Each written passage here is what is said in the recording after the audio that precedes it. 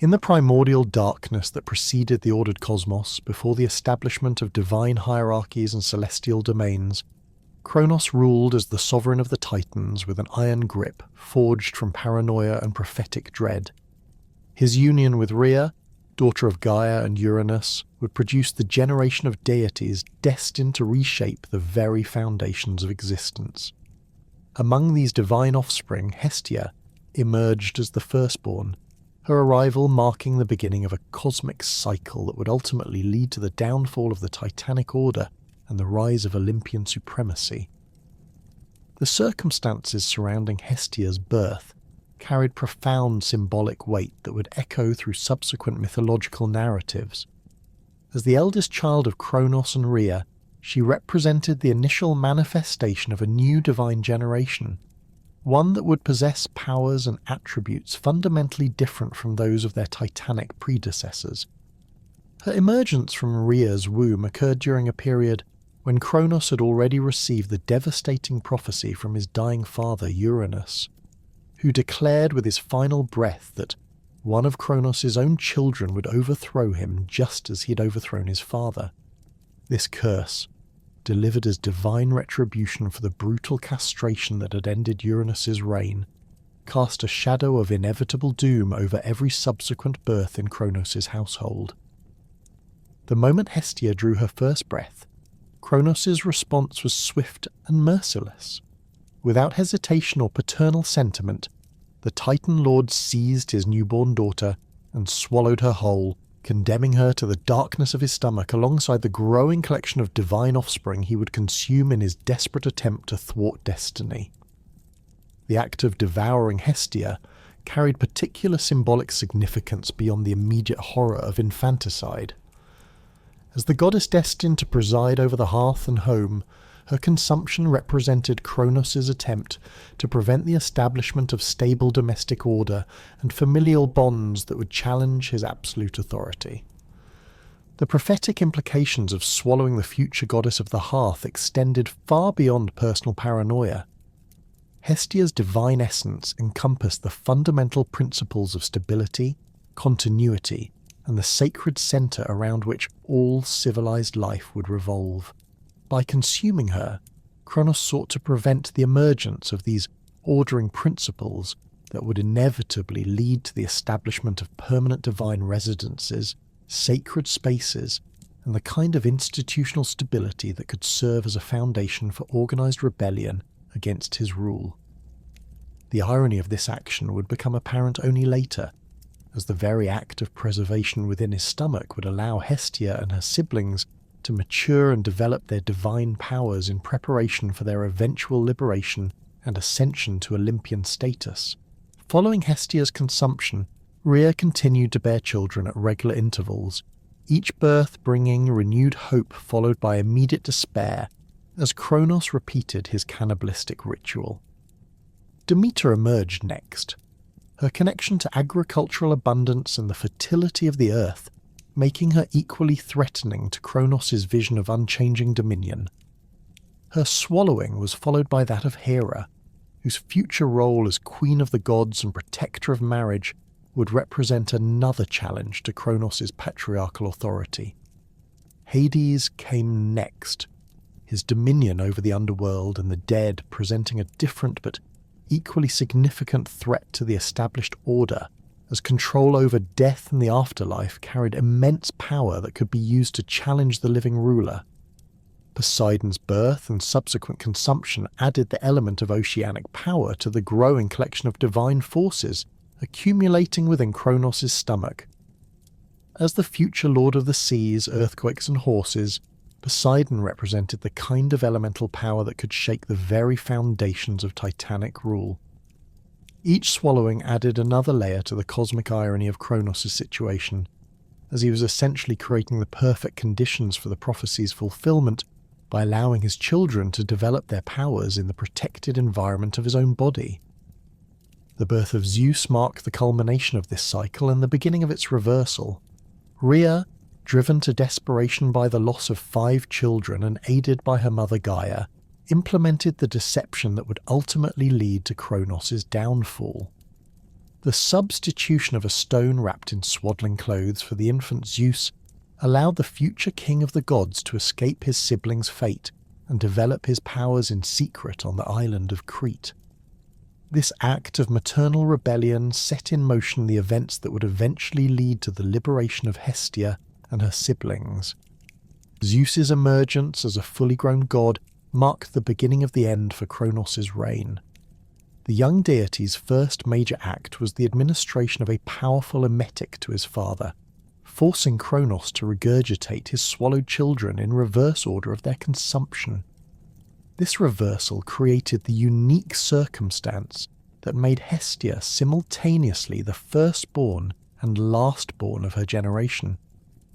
While she had been the first to emerge from Rhea's womb, she was the last to be freed from Kronos' stomach, creating a dual nature that would influence her role in the subsequent divine order. The moment of liberation represented a rebirth for Hestia and her siblings. Emerging from their father's stomach as fully formed deities, they possessed not only their inherent divine powers, but also the shared experience of imprisonment and the burning desire for justice against their oppressor. Hestia's emergence was particularly significant, as her domain over the hearth meant that her liberation symbolized the restoration of proper domestic order and the establishment of sacred spaces where the gods could gather and plan their resistance against the titanic forces.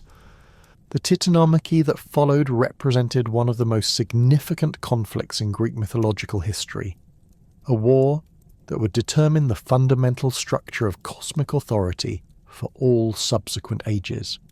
This 10-year struggle between the Olympians and the Titans transformed the universe from a realm governed by the primordial forces of chaos and arbitrary power into one ordered by justice, law, and divine hierarchy.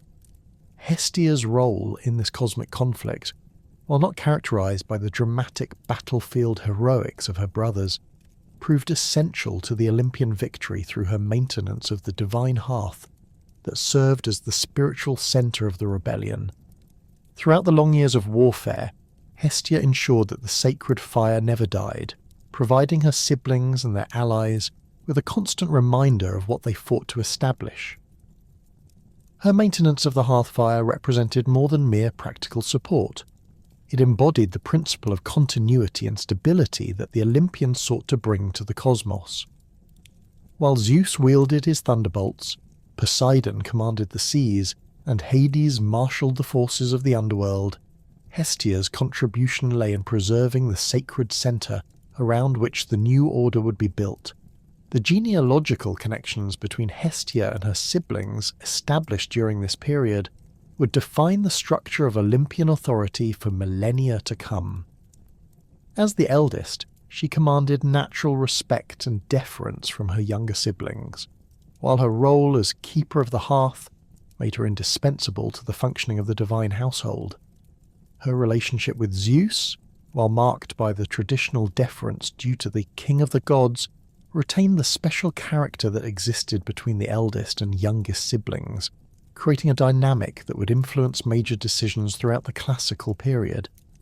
Her connection to Poseidon reflected their shared experience as children of Kronos and their complementary roles in the cosmic order. While Poseidon's domain encompassed the vast and often chaotic forces of the ocean, Hestia's realm represented the stable center of civilized life. This relationship would prove crucial in establishing the balance between order and natural force that characterized the Olympian system. Similarly, her bond with Hades, though complicated by his eventual withdrawal to the underworld, represented the connection between the world of the living and the realm of the dead, with Hestia's hearth serving as the bridge between these domains through the sacrificial fires that carried offerings to the deceased. The relationship between Hestia and her sisters Hera and Demeter created a powerful triad of female divine authority that would shape the development of Greek religious and social customs. While Hera's domain encompassed marriage and the protection of women in their roles as wives, and Demeter governed agricultural fertility and the sustenance of life, Hestia's authority over the hearth provided the foundation upon which these other aspects of feminine divine power could operate. The three sisters together represented the complete spectrum of feminine influence in the cosmic order, from the maintenance of the sacred center to the protection of social institutions and the provision of life's necessities. The establishment of Hestia's place in the cosmic order following the Titanomachy reflected both her unique position as firstborn and lastborn, and her essential role in maintaining divine and mortal civilization. Her acceptance of the responsibility for the divine hearth represented not a limitation of her power, but rather the recognition of her fundamental importance to the functioning of the entire Olympian system. Without the stable centre that she provided, the various domains and responsibilities of her siblings could not have operated effectively or maintained their interconnected relationships. The cosmic significance of Hestia's origins extended beyond her immediate family relationships to encompass her role in the broader structure of divine authority. Her emergence as the first child of the new generation marked the beginning of the transition from the chaotic and arbitrary rule of the Titans to the ordered and just governance of the Olympians. Her liberation as the last to be freed from Kronos' stomach symbolized the completion of this transition and the establishment of the new cosmic order on firm foundations. The establishment of the new cosmic order following the Titanomachy brought with it unforeseen complications that threatened to destabilize the very foundations the Olympians had fought to create.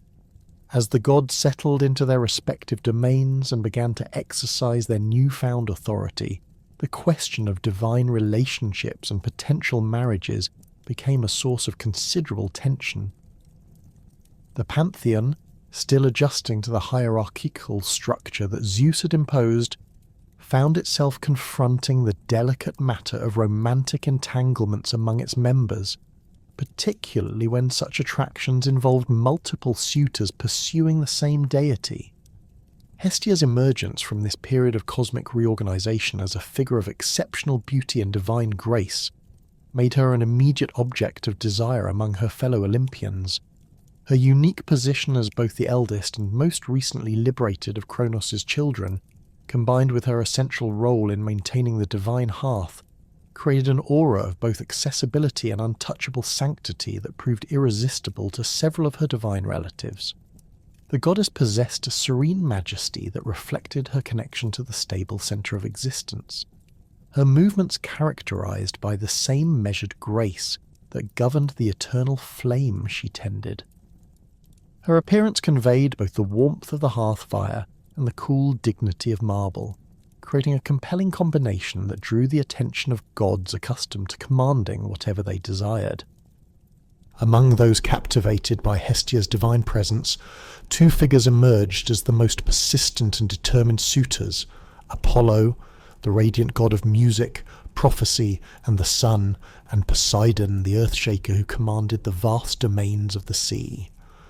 The simultaneous emergence of these two powerful deities as rivals for Hestia's affections created a situation fraught with potential for cosmic disaster, as both possessed the kind of volatile temperaments and immense powers that could easily escalate romantic competition into divine warfare.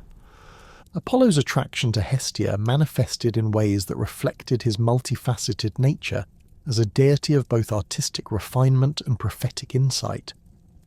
The god of the silver bow approached his courtship with the same methodical precision he applied to his musical compositions, crafting elaborate displays of divine artistry designed to demonstrate both his creative powers and his deep appreciation for Hestia's role in maintaining cosmic order.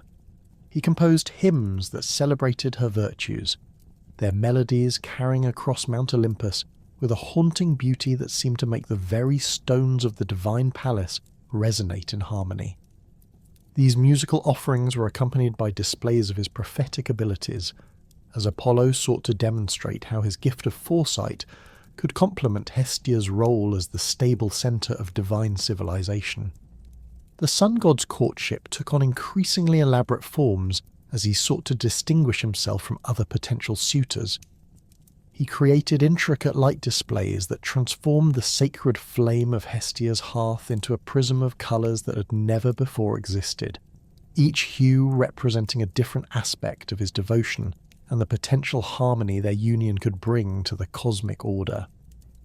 Apollo's approach reflected his understanding of Hestia's refined sensibilities and her appreciation for beauty that served a higher purpose rather than mere ornamentation.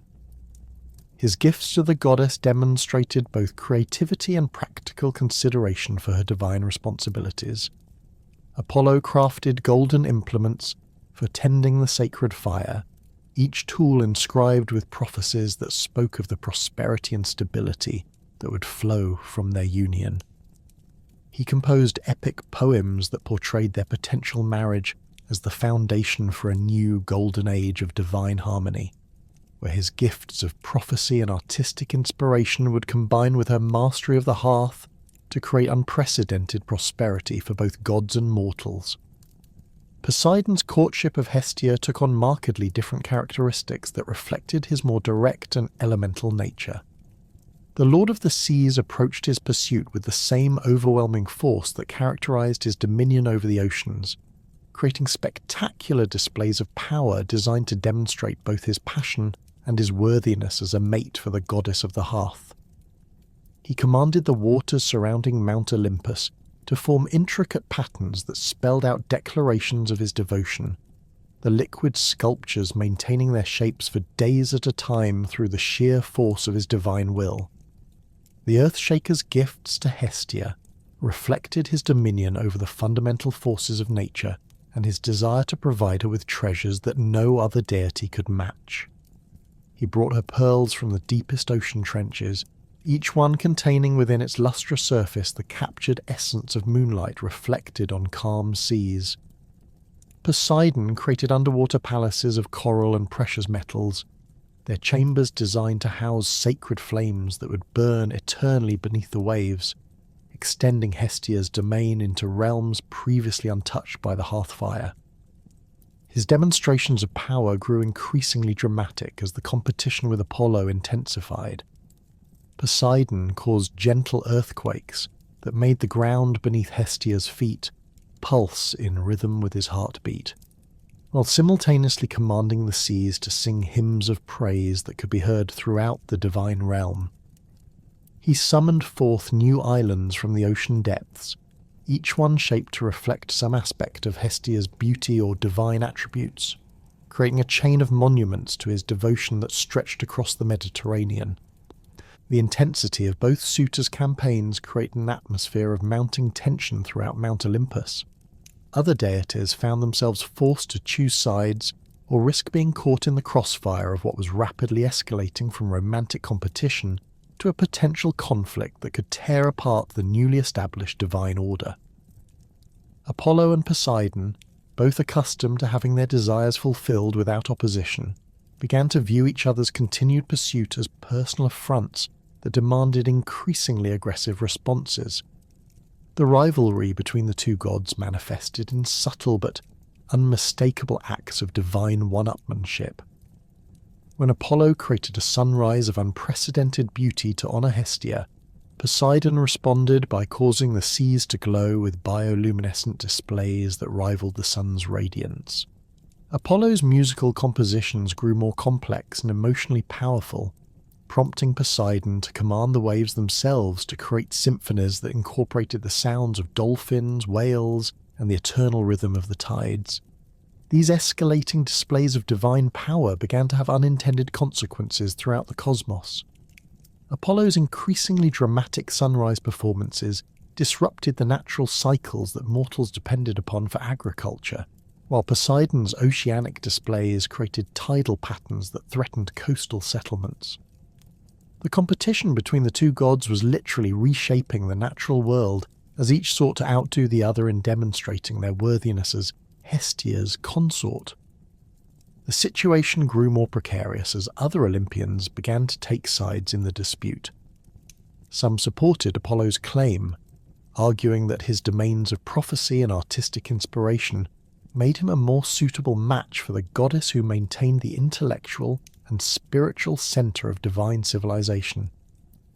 Others favoured Poseidon, contending that his elemental power and fundamental role in shaping the physical world complemented Hestia's position as the stable foundation of cosmic order. Zeus watched these developments with growing concern, recognizing that the rivalry between his brothers threatened to destabilize the carefully balanced system of divine authority he had worked to establish following the Titanomachy. The king of the gods found himself in the delicate position of needing to resolve the conflict without alienating either Apollo or Poseidon, both of whom were essential to the functioning of the Olympian system and both of whom possessed the power to cause significant damage if their desires were thwarted. The tension reached a critical point when both suitors began making increasingly explicit demands for Hestia to choose between them. Apollo declared that his patience was not infinite, and that continued indecision on the goddess's part could be interpreted as a slight against his divine dignity.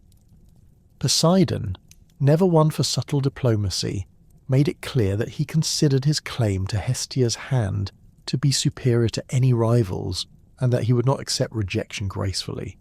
Faced with this mounting pressure and the very real possibility that her continued indecision could spark a conflict that would tear apart the divine realm, Hestia made a decision that would fundamentally alter her role in the cosmic order and establish precedents that would influence divine relationships for millennia to come.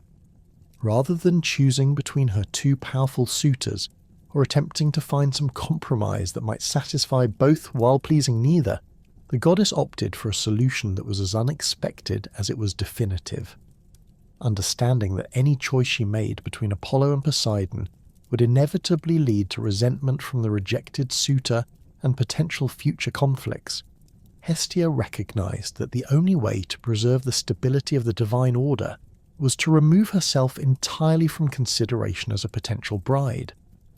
The goddess's decision reflected both her deep commitment to maintaining cosmic harmony and her understanding that her unique role as the keeper of the sacred hearth made her too valuable to the entire pantheon to risk losing her services through the complications that would inevitably arise from marriage to any individual deity. Hestia's resolution to this dilemma took the form of a sacred oath that would bind her for all eternity and establish her as unique among the Olympian deities.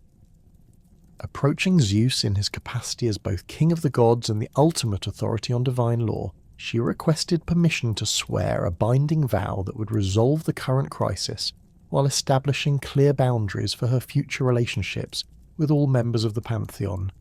The oath that Hestia swore by Zeus's head represented one of the most solemn and irrevocable forms of divine commitment possible within the Olympian system. By invoking Zeus's head as the guarantor of her vow, she bound herself with chains stronger than adamant and more enduring than the cosmos itself. The words of her oath rang out across Mount Olympus with a finality that made the very foundations of the divine palace tremble, declaring her eternal commitment to remain forever virgin and to dedicate her entire existence to maintaining the sacred hearth that served as the spiritual centre of both divine and mortal civilization. The immediate effect of Hestia's vow was to diffuse the dangerous rivalry between Apollo and Poseidon by removing the object of their competition from consideration. Neither god could reasonably maintain their pursuit of a goddess who had sworn eternal virginity by the most binding oath possible, and both were forced to redirect their romantic attentions elsewhere. The resolution of this conflict prevented what could have become a catastrophic war between two of the most powerful Olympian deities, preserving the stability that Zeus had worked so hard to establish.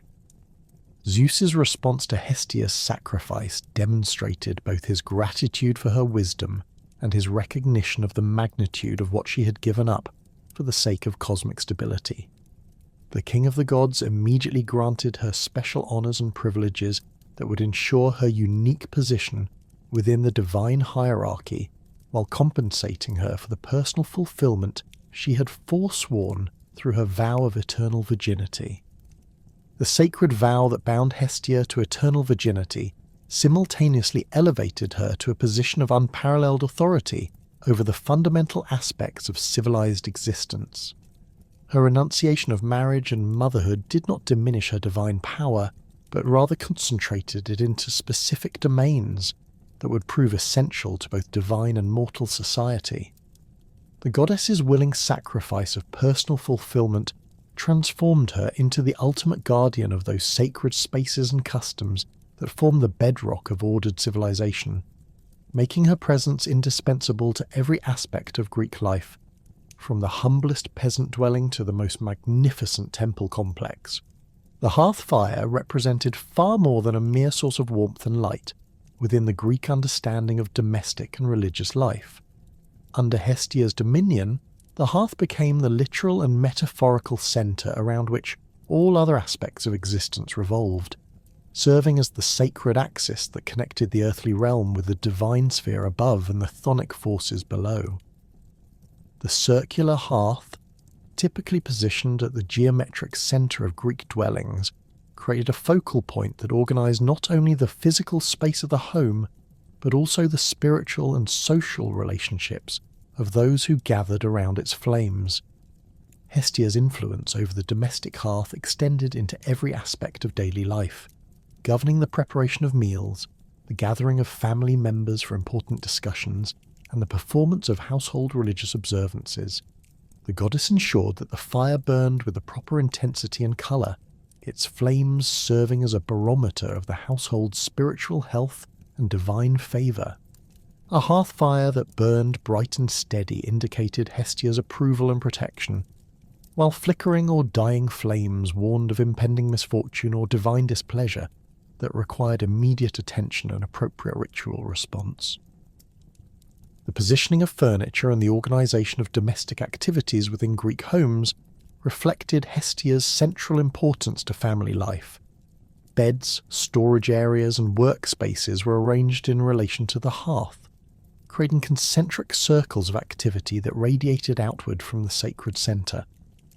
The goddess's presence transformed ordinary domestic tasks into acts of religious significance, as cooking, cleaning and other household duties became forms of worship that honoured her role as the protector of family unity and domestic prosperity. The sacred flames maintained within temple complexes throughout the Greek world fell under Hestia's direct supervision, establishing her as the crucial link between mortal worshippers and the divine realm they sought to honour. These eternal fires, burning continuously within the innermost sanctuaries of temples dedicated to various deities, required constant attention and specialised knowledge to maintain properly. The priests and priestesses responsible for tending these flames underwent extensive training in the proper techniques for feeding the fire, adjusting its intensity, and interpreting the messages conveyed through variations in its behaviour. Hestia's governance over temple fires extended beyond mere maintenance to encompass the deeper spiritual functions these flames served within Greek religious practice. The sacred fire served as a conduit through which prayers and offerings could reach the intended divine recipients, its smoke carrying mortal petitions upward to the realm of the gods.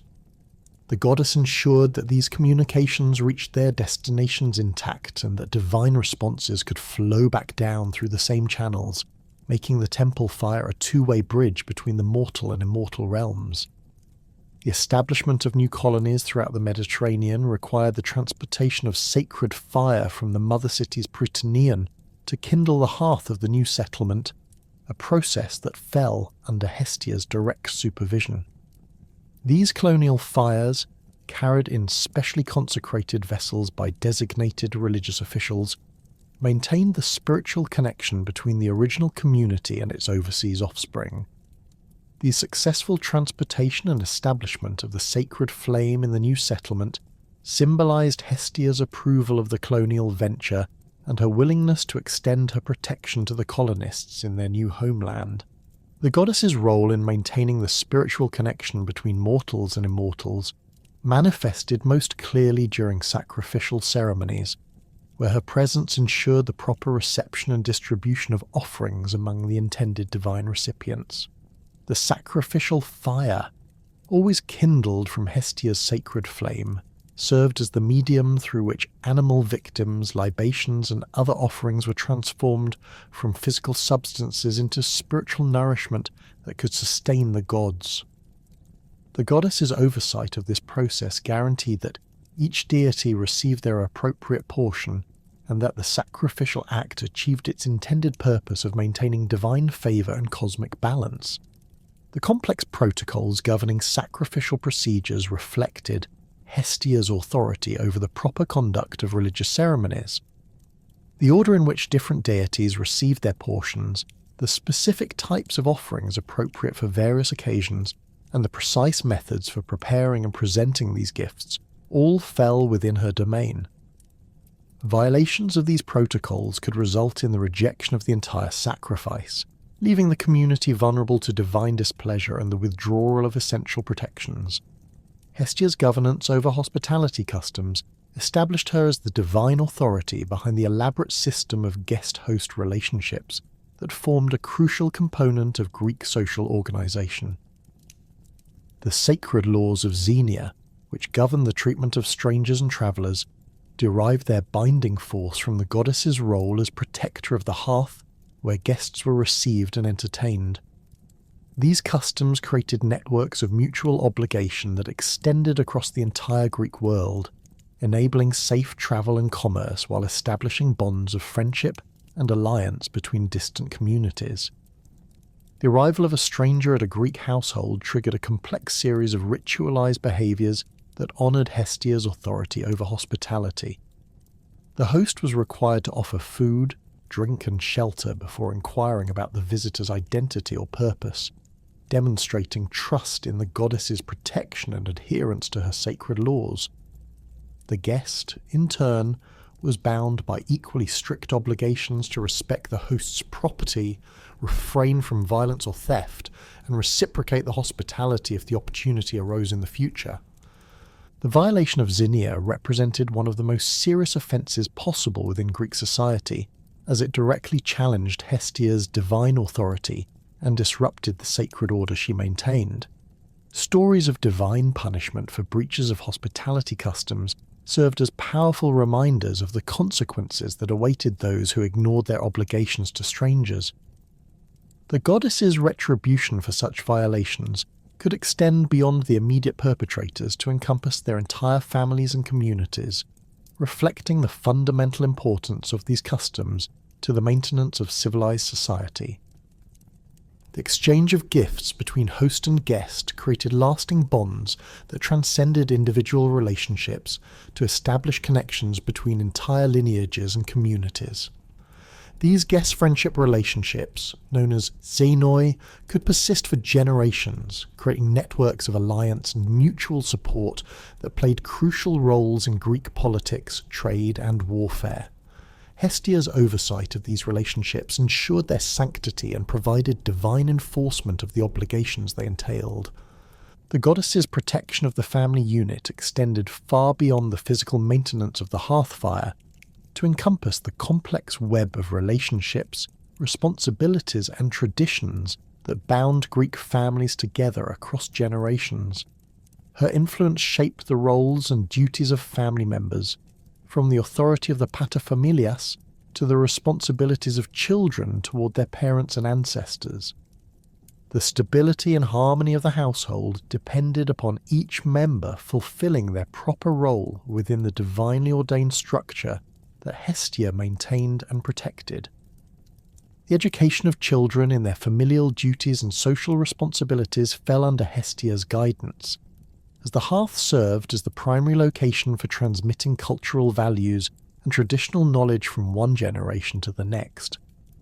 The stories, customs, and practical skills that children learned while gathered around the family fire formed the foundation of their identity as members of both their immediate family and the broader Greek community.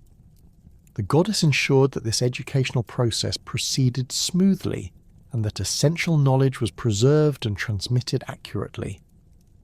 The resolution of family disputes and the maintenance of harmony within the household required Hestia's constant intervention and guidance. The goddess possessed the wisdom to understand the complex dynamics that could disrupt family relationships and the power to restore balance when conflicts arose.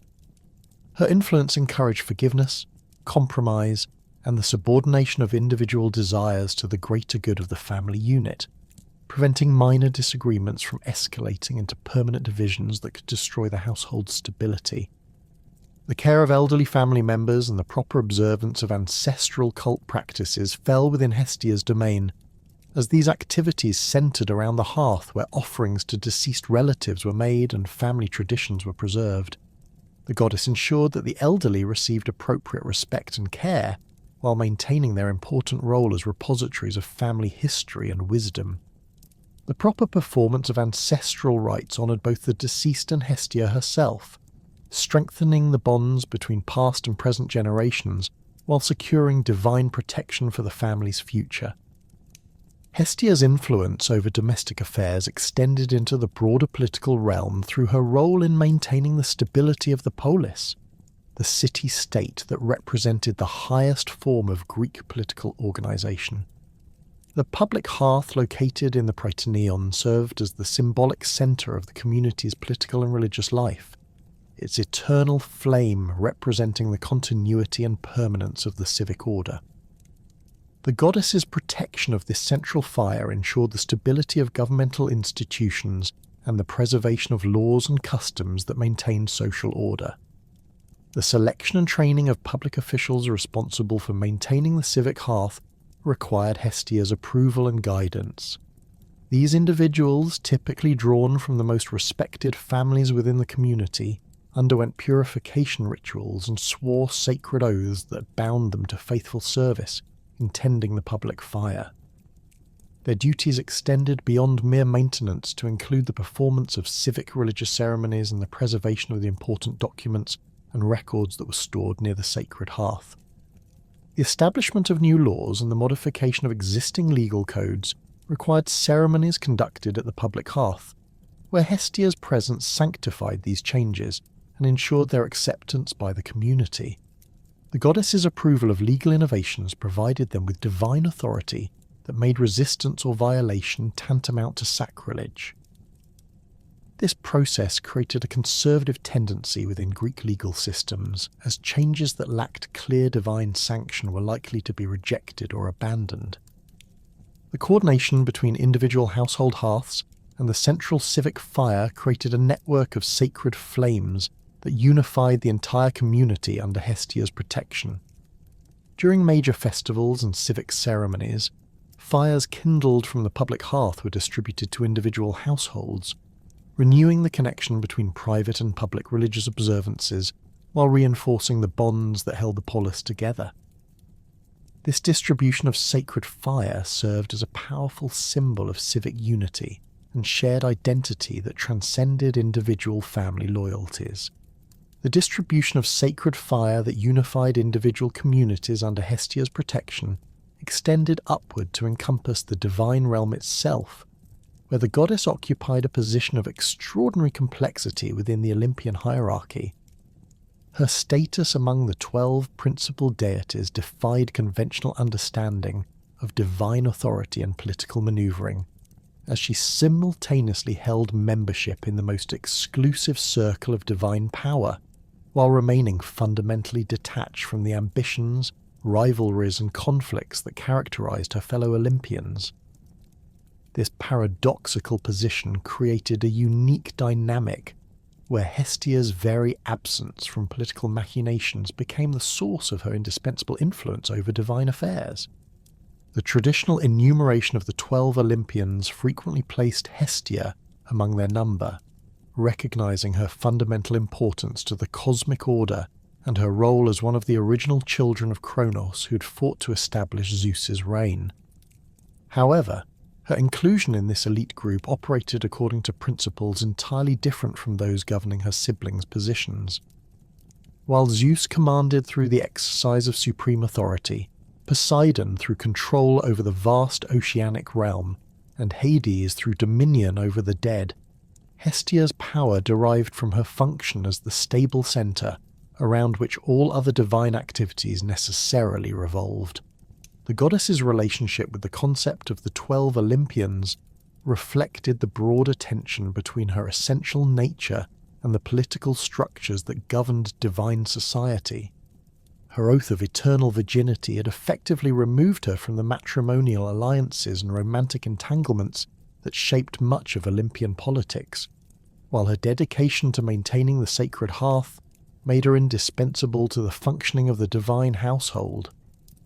This combination of detachment and necessity created a position that transcended traditional hierarchical relationships, as even Zeus acknowledged his dependence upon Hestia's services, while recognizing her fundamental disinterest in wielding the kind of direct authority that characterized other major deities. The practical implications of Hestia's unique status manifested most clearly during periods of divine crisis, when her position outside the normal patterns of alliance and rivalry made her the natural mediator for conflicts that threatened to destabilize the entire Olympian system. Her lack of personal ambition and her commitment to cosmic stability provided her with the credibility necessary to intervene in disputes between more politically active deities, while her control over the sacred hearth gave her the leverage needed to enforce agreements and ensure compliance with negotiated settlements. The physical arrangement of Mount Olympus itself reflected Hestia's central importance to divine civilization, with her hearth positioned at the geometric and spiritual centre of the divine palace complex.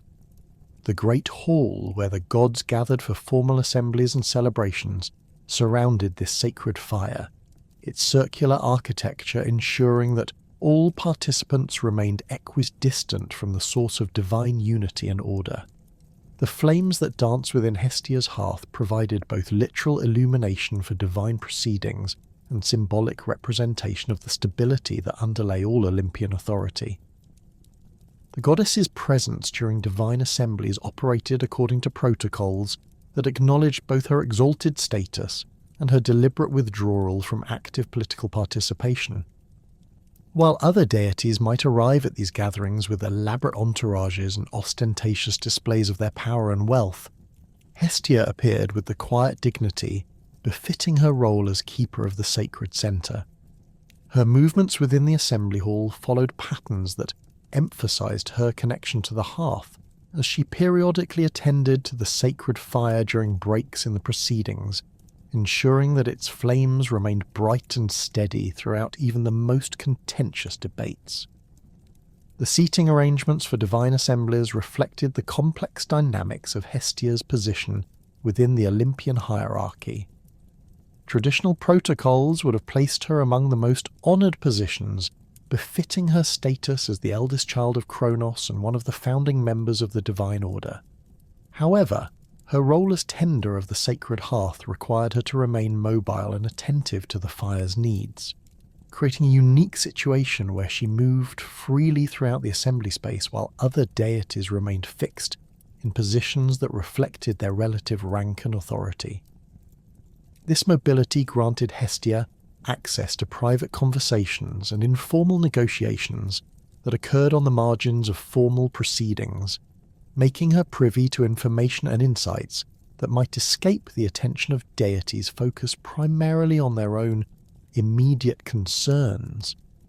Her reputation for discretion and her lack of personal political ambitions made her a trusted confidant for gods seeking advice or attempting to gauge the likely reactions of their peers to propose courses of action. The goddess's counsel carried particular weight because it was understood to be motivated solely by concern for cosmic stability rather than personal advantage. The goddess's interventions during divine assemblies typically took the form of subtle actions rather than dramatic speeches or displays of power.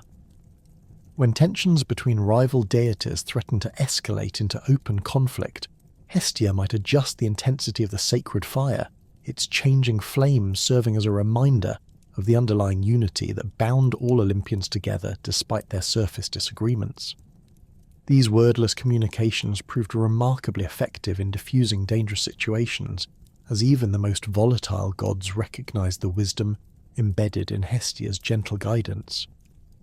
The rare occasions when Hestia chose to speak during divine assemblies commanded immediate and complete attention from all present, as her words carried the accumulated weight of her careful observations and her deep understanding of the cosmic forces that govern divine relationships. Her speeches, delivered in the measured cadences that characterized all her actions, focused invariably on the broader implications of proposed decisions rather than their immediate political advantages. The goddess possessed an uncanny ability to identify the long-term consequences of seemingly minor choices, helping her fellow deities avoid actions that might appear beneficial in the short term, but could ultimately destabilize the entire Olympian system. The goddess's role as mediator became particularly crucial during the periodic crises that tested the stability of Zeus's reign, when competing claims to authority or conflicting interpretations of divine law threatened to fragment the carefully constructed hierarchy that governed Olympian society. Her position outside the normal patterns of alliance and rivalry made her the ideal arbitrator for disputes between major deities, while her control over the sacred hearth provided her with the symbolic authority necessary to enforce negotiated settlements and ensure compliance with agreed-upon terms. The mediation process typically began with Hestia's invitation for the disputing parties to present their cases before the sacred hearth, where the presence of the eternal flame served as a reminder of the divine unity that transcended individual disagreements. The goddess's questions during these proceedings focused on clarifying the underlying principles at stake, rather than determining which party possessed superior legal or political claims. Her goal was invariably to find solutions that preserved the essential relationships binding the Olympian community together, while addressing the legitimate concerns that had given rise to the conflict. The enforcement of Hestia's mediated settlements relied primarily on moral authority rather than the threat of punishment, as her reputation for wisdom and fairness made resistance to her decisions tantamount to a rejection of the cosmic order itself. Deities who violated agreements reached under her auspices faced not only the practical consequences of their actions, but also the loss of standing within the divine community that came from defying the goddess whose services they all depended upon. This social pressure proved remarkably effective in maintaining compliance with negotiated settlements, as even the most powerful Olympians recognized their dependence upon Hestia's continued goodwill. The goddess's influence over divine decision-making extended beyond formal mediation to encompass the subtle guidance she provided through her management of the sacred hearth during crucial deliberations. The behavior of the flames during important discussions served as a barometer of divine approval or disapproval, with steady, bright burning indicating cosmic harmony, with proposed courses of action and flickering or dimming flames suggesting the need for reconsideration. The gods had learned to interpret these signs with considerable sophistication, using the fire's behavior as a guide for refining their proposals and building consensus around acceptable solutions. The symbolic geography of Mount Olympus reinforced Hestia's central importance to divine civilization through the careful arrangement of individual divine residences in relation to the sacred hearth. Each major deity maintained a palace or dwelling place, positioned at a specific distance and orientation from the central fire, creating a mandala-like pattern that reflected both their individual domains and their relationship to the cosmic order that Hestia maintained. The pathways connecting these residences all led ultimately to the central hearth, ensuring that every divine journey began and ended at the source of Olympian unity. The maintenance of this sacred geography required constant attention to the symbolic relationships between different areas of the divine realm, as changes in the relative positions of divine residences could alter the balance of power and influence within the Olympian hierarchy. Hestia's oversight of these arrangements ensured that modifications to the divine landscape served the cause of cosmic stability, rather than advancing the narrow interests of individual deities. Her approval was required for any significant construction or renovation projects within the divine realm, giving her effective veto power over changes that might disrupt the carefully maintained harmony of Mount Olympus. The goddess's control over access to the sacred hearth created another dimension of her influence within the divine hierarchy, as the ability to approach the central fire became a privilege that reflected one's standing within the Olympian community. Major deities enjoyed unrestricted access to the hearth area, while lesser divinities required permission or invitation to enter the innermost sanctum where the eternal flame burned. This system of controlled access reinforced the hierarchical structure of divine society, while ensuring that Hestia retained ultimate authority over the spiritual centre of Olympian civilization.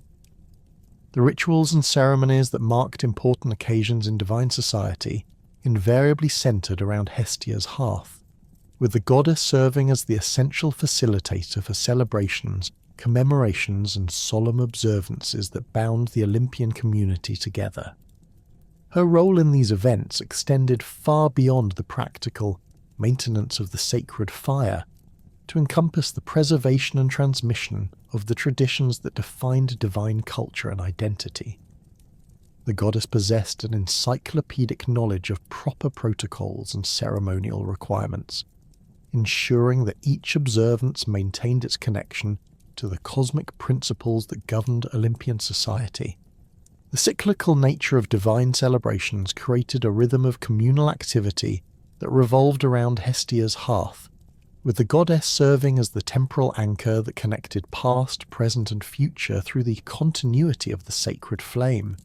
Each ceremony renewed the bonds that held the divine community together, while reaffirming the fundamental principles that governed Olympian civilization. The goddess's oversight of these observances ensured their authenticity and effectiveness, preventing the gradual corruption or abandonment of traditions that might weaken the spiritual foundations of divine authority. The ceremonial observances that bound the Olympian community together under Hestia's guidance revealed the profound paradox that defined her divine nature. A goddess who wielded immense cosmic power through the deliberate cultivation of gentleness, restraint, and peaceful influence. Unlike her siblings, whose personalities often manifested through dramatic displays of authority, passionate outbursts, or spectacular demonstrations of their divine capabilities, Hestia embodied a fundamentally different approach to exercising divine influence that proved remarkably effective, precisely because of its subtle and non-confrontational character.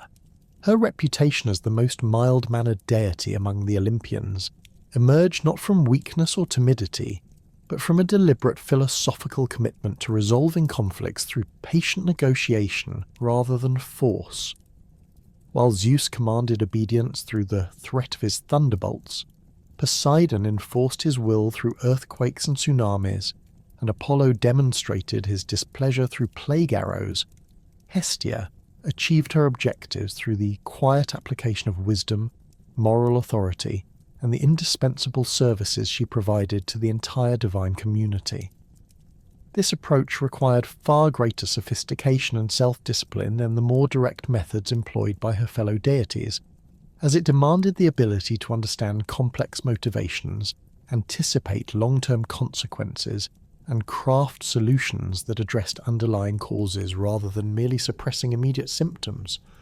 The goddess's conflict-averse nature manifested most clearly during the numerous wars and disputes that periodically erupted among the Olympians, when her refusal to take sides often proved more influential than the military contributions of deities who threw themselves wholeheartedly into these conflicts. During the Great Rebellion led by Hera, Poseidon and Apollo against Zeus's authority, Hestia maintained her position as keeper of the sacred hearth while carefully avoiding any actions that could be interpreted as supporting either faction. Her continued maintenance of the divine fire throughout this crisis provided a stable centre around which eventual reconciliation could occur, as both rebels and loyalists recognised their mutual dependence upon the services she provided. The Trojan War presented another opportunity for Hestia to demonstrate her commitment to remaining above factional conflicts, even when other deities threw themselves passionately into supporting their favoured mortal champions. While Aphrodite aided the Trojans, Athena championed the Greeks, and various other Olympians intervened directly in battlefield events, Hestia focused her attention on ensuring that the sacred fires in temples throughout both camps continued to burn properly. Her impartial maintenance of religious observances on both sides of the conflict reflected her understanding that divine responsibilities transcended the temporary political alignments that motivated her more partisan siblings. This pattern of non-involvement in military conflicts extended throughout the classical period, as Hestia consistently refused to participate in the wars, raids, and punitive expeditions that other deities undertook against mortals who had offended them, or rivals who had challenged their authority.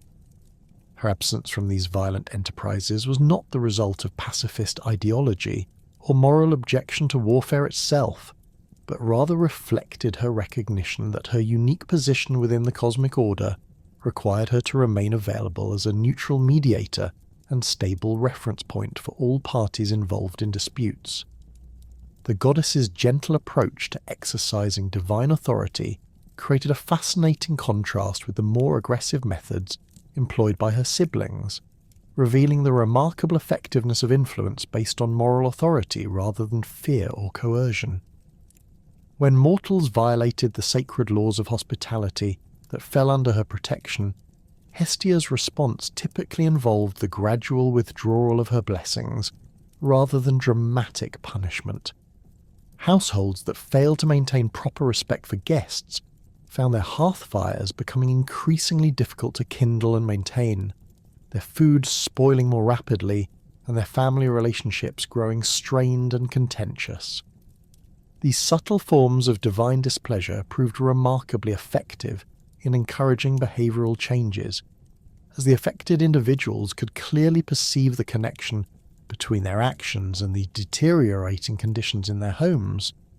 The psychological impact of Hestia's gentle corrections often exceeded that of more spectacular punishments inflicted by other deities, as her victims could not dismiss their suffering as the result of arbitrary divine wrath or temporary divine anger. The gradual nature of her displeasure forced them to examine their own behavior and identify the specific actions that had caused their problems, leading to genuine understanding of their mistakes rather than mere fear-based compliance.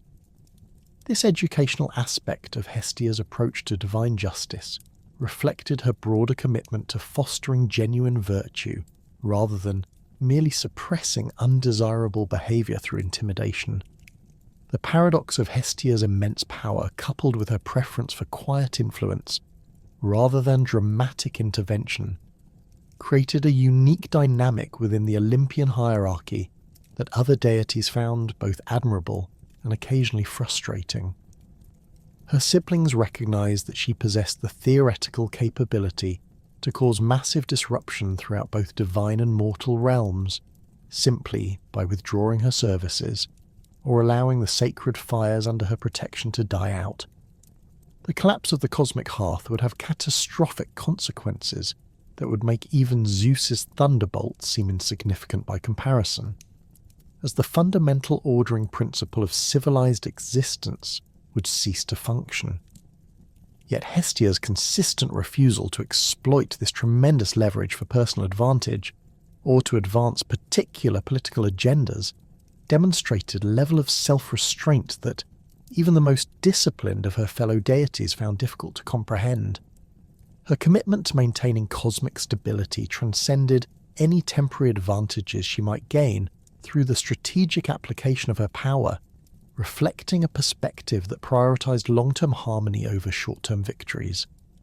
This approach required extraordinary patience and wisdom, as she often had to endure slights, oversights, and occasional attempts at manipulation, while maintaining her focus on the broader good of the entire cosmic community. The goddess's preference for working behind the scenes, rather than seeking public recognition for her contributions, created situations where her influence was felt throughout the divine and mortal realms without her receiving appropriate credit for her achievements. Her mediation efforts typically resulted in agreements that appeared to emerge from the natural wisdom of the disputing parties rather than external intervention, as she deliberately structured her involvement to allow others to take credit for successful resolutions. This self-effacing approach enhanced the effectiveness of her mediation by avoiding the resentment that might arise if one party felt that external pressure had forced them to accept unfavourable terms. The distinctive iconography associated with Hestia reflected both her domestic responsibilities and her elevated status within the cosmic order, creating visual representations that emphasize simplicity, functionality, and sacred purpose rather than ostentatious displays of wealth or power.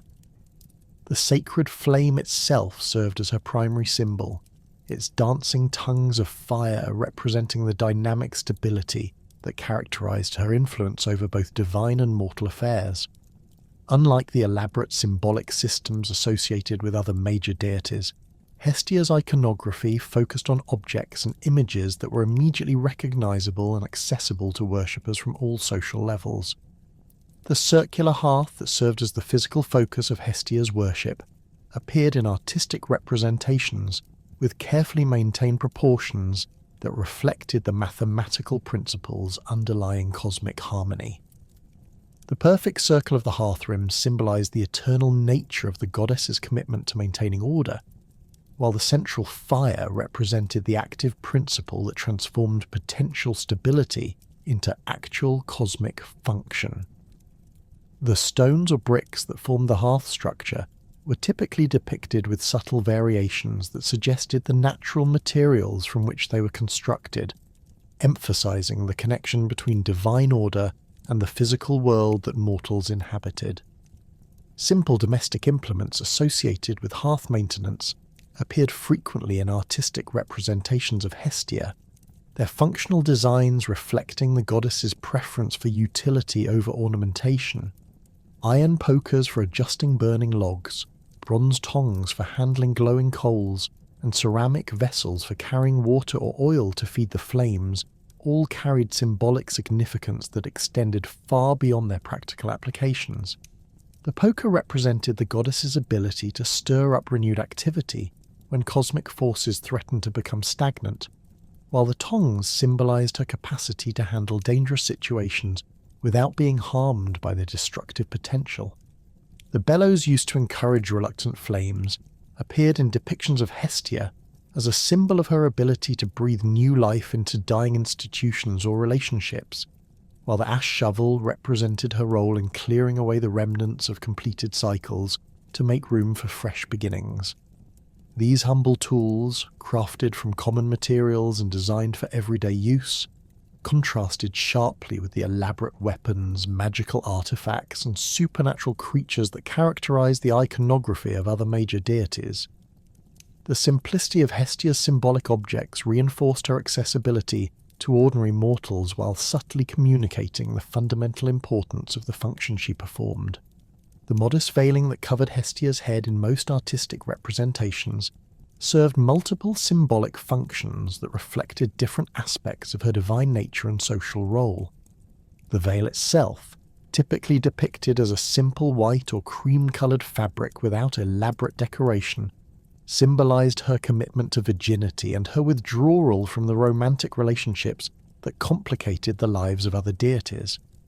The covering of her hair, considered one of a woman's most attractive features in Greek culture, demonstrated her deliberate rejection of attempts to use physical beauty as a source of power or influence. The way the veil was arranged around Hestia's head and shoulders created a visual frame that drew attention to her face, while simultaneously suggesting the protective barrier she maintained between herself and the potentially disruptive influences of the outside world. The soft folds of the fabric suggested both flexibility and strength, qualities that characterized her approach to managing the complex responsibilities of her divine office. The veil's opacity prevented casual observers from seeing all of her features clearly, reinforcing the sense of mystery and reserve that surrounded her personality, while inviting closer examination of her words and actions. The colours associated with Hestia's veiling carried additional layers of symbolic meaning that connected her personal attributes to her cosmic functions. White represented purity, both in the sense of her virginal status and in terms of the untainted nature of her motivations and judgment. The colour also suggested the clean ash that remained after properly tended fires had consumed their fuel completely, symbolising the transformation of raw materials into refined spiritual essence. Cream or pale yellow tones evoked the gentle warmth of well-banked coals that could be coaxed back into full flame when needed, representing the goddess's ability to maintain potential energy and reserve for times of crisis. The concept of Hestia's preference for remaining unseen extended far beyond her modest dress and retiring personality to encompass a fundamental philosophical approach to divine influence that prioritized effectiveness over recognition. Her deliberate cultivation of invisibility allowed her to observe situations without her presence altering their natural development, providing her with more accurate information about the true nature of problems and the genuine motivations of the individuals involved. This observational advantage proved crucial to her effectiveness as a mediator and counsellor, as she could base her interventions on complete understanding rather than the partial information available to more visible participants. The goddess's ability to remain unnoticed during crucial events enabled her to intervene at precisely the right moments to prevent disasters or guide developments in more positive directions. Her presence at divine assemblies often went unrecorded in official accounts, as scribes and chroniclers focused their attention on the more dramatic speeches and actions of other deities, while overlooking the subtle adjustments to the sacred fire that influenced the emotional atmosphere of these gatherings.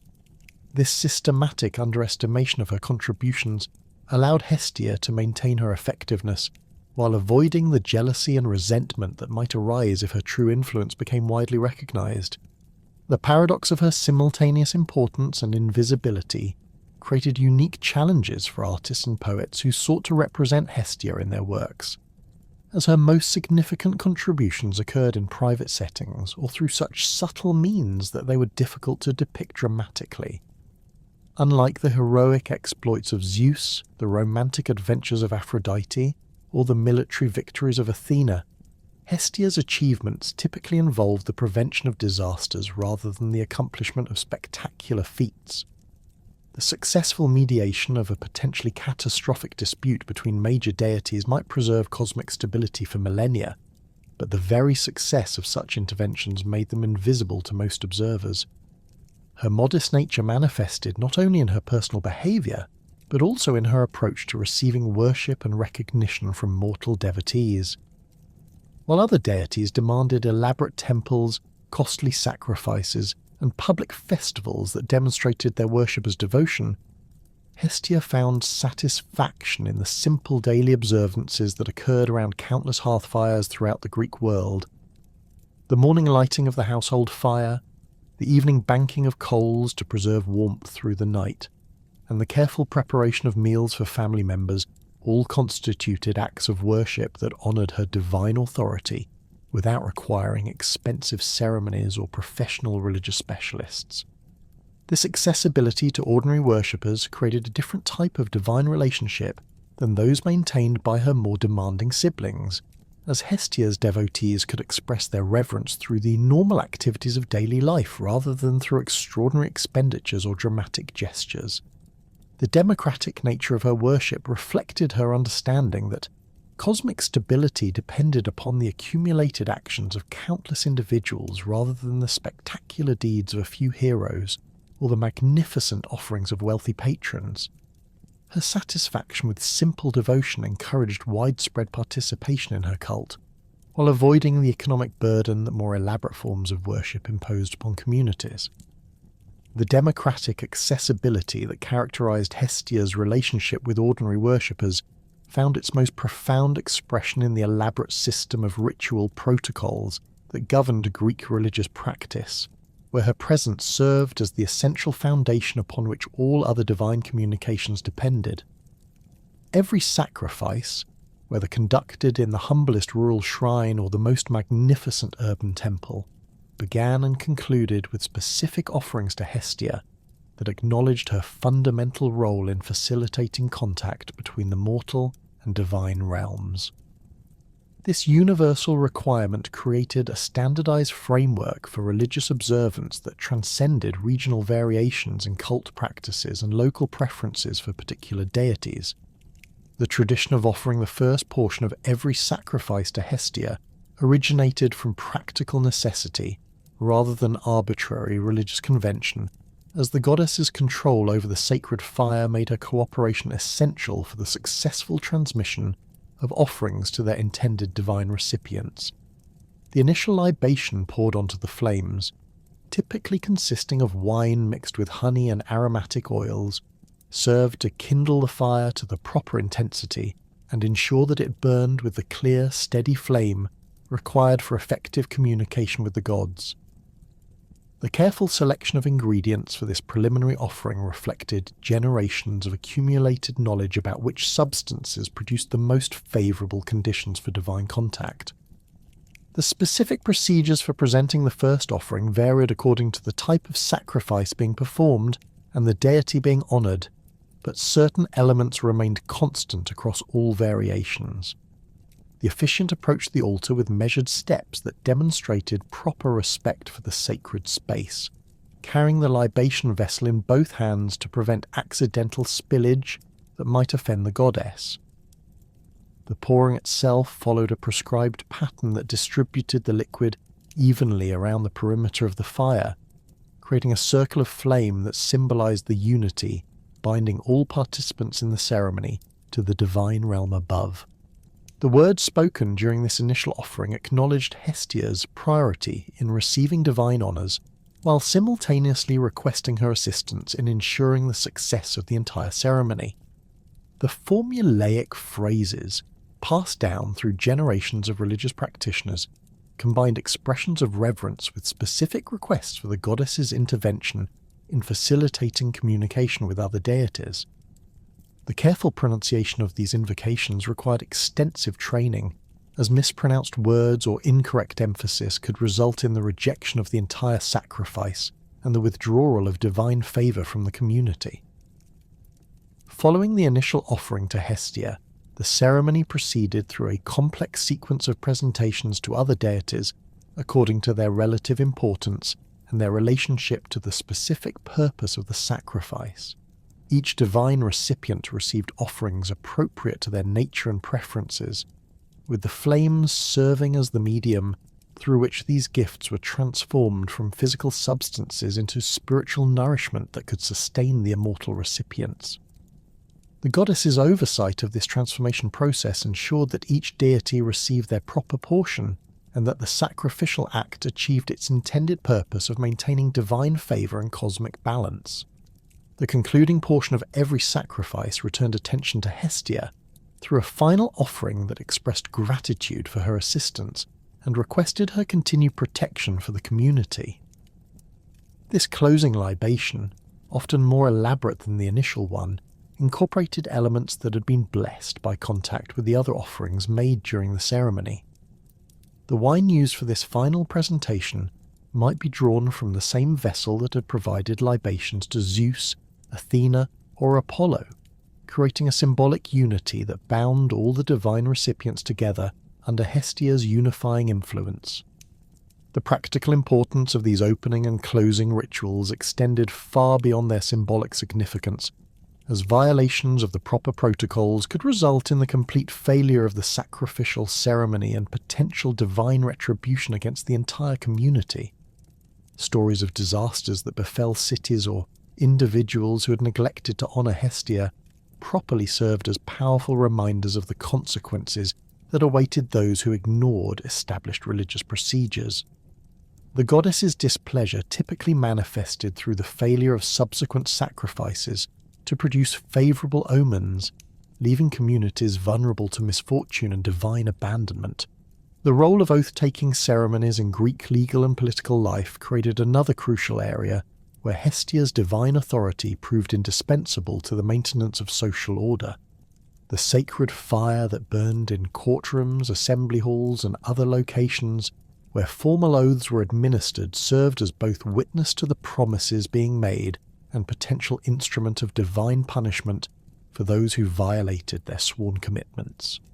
The goddess's presence during these ceremonies transformed ordinary human agreements into sacred bonds that carried the full weight of divine enforcement. The physical arrangements for oath-taking reflected the solemnity of these occasions and the importance of ensuring Hestia's active participation in the proceedings. The sacred fire was positioned so that all participants could approach close enough to feel its heat on their faces while speaking their oaths, creating a visceral reminder of the divine presence that witnessed their words. The flames were fed with specific substances chosen for their symbolic significance and their ability to produce clear, bright burning that indicated the goddess's approval of the proceedings. The words used in oath formulas invariably invoked Hestia's name, alongside those of other major deities, acknowledging her role as the divine witness who would ensure the enforcement of sworn commitments. The specific phrasing of these invocations varied according to the nature of the agreement being sanctified, with commercial contracts requiring different formulations than political treaties or marriage vows. The careful crafting of oath language reflected the understanding that imprecise wording could create loopholes that might allow oath-breakers to escape divine punishment through technical compliance while violating the spirit of their commitments.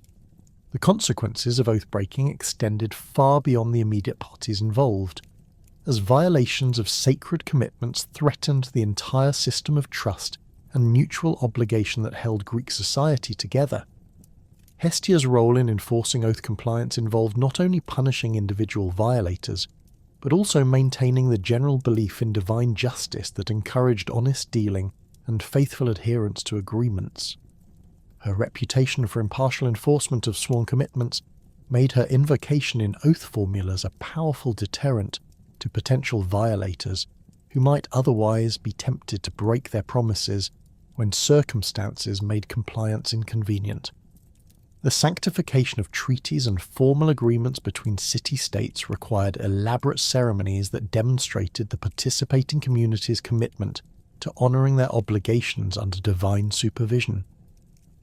These diplomatic rituals typically took place at neutral locations, where representatives from all parties could gather around a specially constructed altar dedicated to Hestia and other deities whose protection was being sought for the agreement.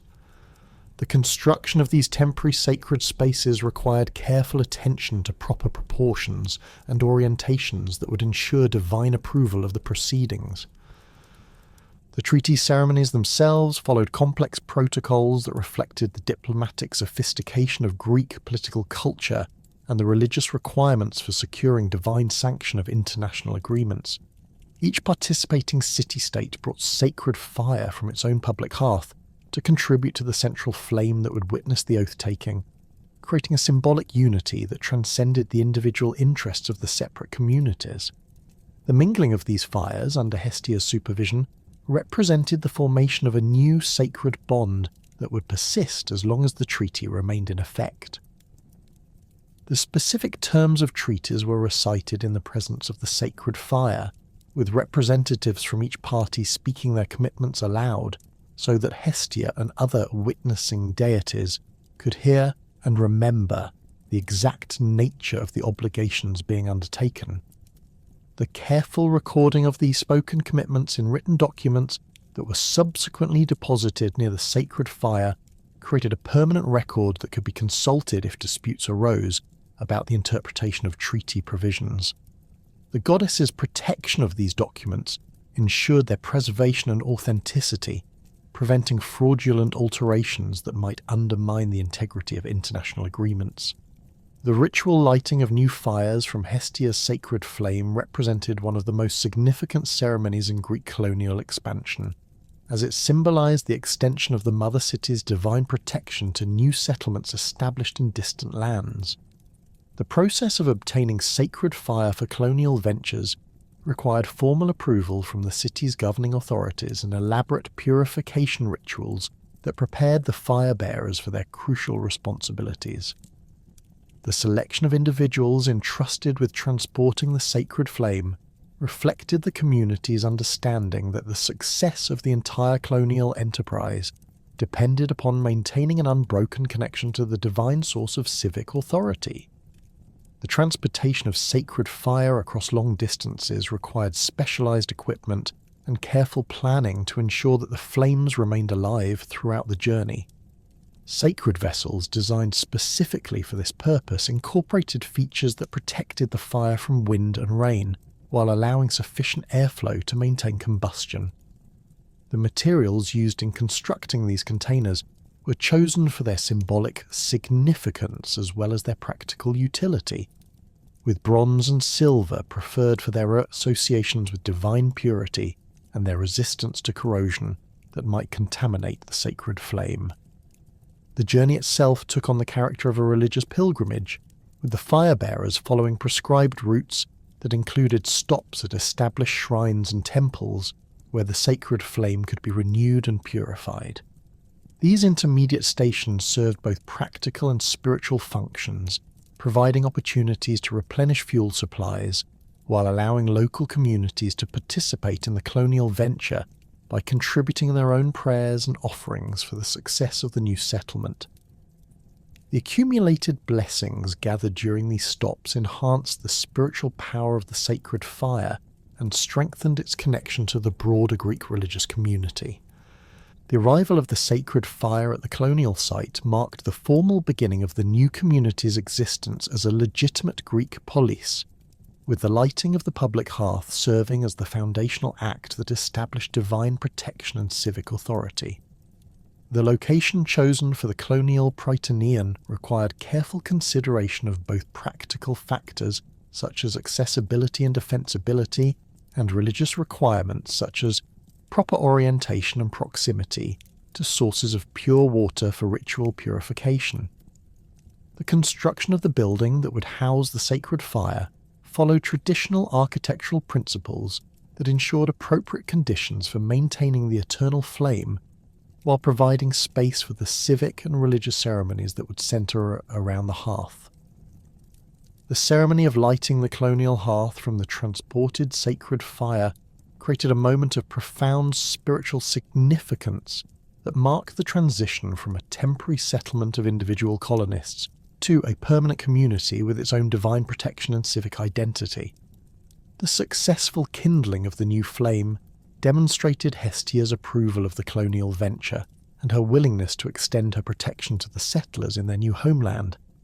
The failure of the transported fire to ignite the colonial hearth would have been interpreted as divine disapproval that might require abandoning the settlement site or undertaking additional purification rituals to address whatever factors had caused the goddess's rejection. The establishment of the colonial fire created new obligations for the settler community that paralleled those of the mother city while adapting to the specific circumstances of their new environment. The selection and training of colonial officials responsible for maintaining the public hearth required the development of local expertise in fire-tending techniques while preserving the essential traditions that connected the new community to its origins. The integration of indigenous religious practices and local customs with traditional Greek observances created unique colonial variants of Hestia's cult that reflected the adaptive nature of Greek religious culture. The goddess's presence in marriage ceremonies reflected her fundamental role in establishing and protecting the domestic relationships that formed the basic building blocks of Greek society. The transfer of sacred fire from the bride's family hearth to that of her new household symbolized the extension of Hestia's protection to the newly formed domestic unit while maintaining the spiritual connections that bound the bride to her birth family. The careful orchestration of this fire transfer required coordination between the two households and the participation of the religious specialists who ensured that proper protocols were followed throughout the ceremony. The timing of the fire transfer within the broader sequence of marriage rituals reflected the understanding that Hestia's blessing was essential for the success of the new domestic arrangement. The ceremony typically occurred after the formal exchange of vows but before the bride's physical relocation to her husband's household, creating a spiritual bridge that eased the transition between her old and new domestic roles. The sacred fire carried from her family hearth served as a tangible reminder of her origins, while symbolizing her commitment to creating a new center of domestic stability under Hestia's continued protection. Birth rituals incorporating Hestia's blessing began before the child's actual arrival, as expectant mothers performed specific observances at the family hearth that requested the goddess's assistance during labor and protection for the unborn child. The maintenance of properly tended fires during the birth process was believed to ease delivery and ensure the infant's survival, while the first feeding of the hearth fire following a successful birth served as an offering of gratitude for Hestia's assistance. The integration of these fire-related observances with other birth customs created comprehensive rituals that addressed both the physical and spiritual aspects of bringing new life into the world. The naming ceremonies that formally welcomed infants into their families and communities invariably included presentations at the family hearth, where Hestia's blessing was sought for the child's future prosperity and protection. The specific timing of these ceremonies varied according to local customs and family traditions, but the essential elements remained consistent across different regions and social classes. The child's name was spoken aloud in the presence of the sacred fire, creating a spiritual record that established the infant's identity under divine supervision while invoking Hestia's continued protection throughout the individual's lifetime. Coming-of-age celebrations marking the transition from childhood to adult status required elaborate ceremonies that acknowledged Hestia's role in protecting individuals during periods of significant life change. Young men preparing to assume adult responsibilities participated in rituals at the public hearth that demonstrated their readiness to contribute to community welfare and their understanding of the obligations that accompanied full citizenship. Young women approaching marriageable age performed corresponding observances at domestic hearths that prepared them for their future roles as wives and mothers, while ensuring Hestia's continued guidance during the challenging transition to adult domestic responsibilities. These coming-of-age celebrations provided the foundation for understanding her more dramatic appearances in classical mythology, where the goddess's typically subtle presence occasionally emerged into direct narrative action during moments of cosmic crisis or moral testing. Unlike the abundant mythological cycles surrounding her more volatile siblings, Hestia's appearances in classical legends were characterized by their scarcity and their profound significance to the fundamental order of divine and mortal society. These rare interventions revealed aspects of her character and power that remained hidden during her normal activities as keeper of the sacred hearth, demonstrating that her preference for gentle influence did not indicate weakness or inability to act decisively when circumstances demanded direct divine intervention. The most widely recorded mythological narrative featuring Hestia directly concerned the attempted assault by Priapus, the rustic fertility god whose oversized masculine attributes and crude behaviour made him a figure of both comic relief and genuine menace within the broader pantheon. This incident occurred during one of the rare occasions when Hestia had withdrawn from Mount Olympus to attend a festival honouring Cybele, the Anatolian mother goddess whose cult had been formally welcomed into the Greek religious system. The celebration took place in a secluded grove sacred to the foreign deity, where various divine and semi-divine beings gathered to participate in nocturnal rites that honoured the earth's fertility and the regenerative powers of nature. Priapus had attended this festival with his characteristic lack of restraint, consuming vast quantities of wine while boasting of his sexual prowess and making increasingly inappropriate advances toward various female participants. His behaviour, while tolerated as typical of his crude nature, gradually escalated throughout the evening until his attention became fixed upon Hestia, whose modest demeanour and obvious attempts to avoid his notice seemed to inflame his desire rather than discourage his pursuit. The fertility god's intoxicated state prevented him from recognising the dangerous folly of targeting the virgin goddess, whose divine authority extended far beyond his own limited domain.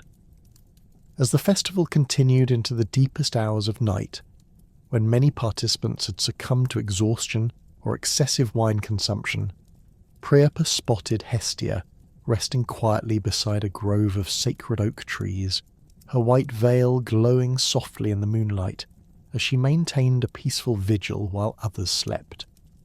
The sight of the goddess in this vulnerable state triggered the fertility god's most base impulses, and he began approaching her location with the clear intention of forcing himself upon her despite her obvious disinterest in his advances and her sacred vow of eternal virginity.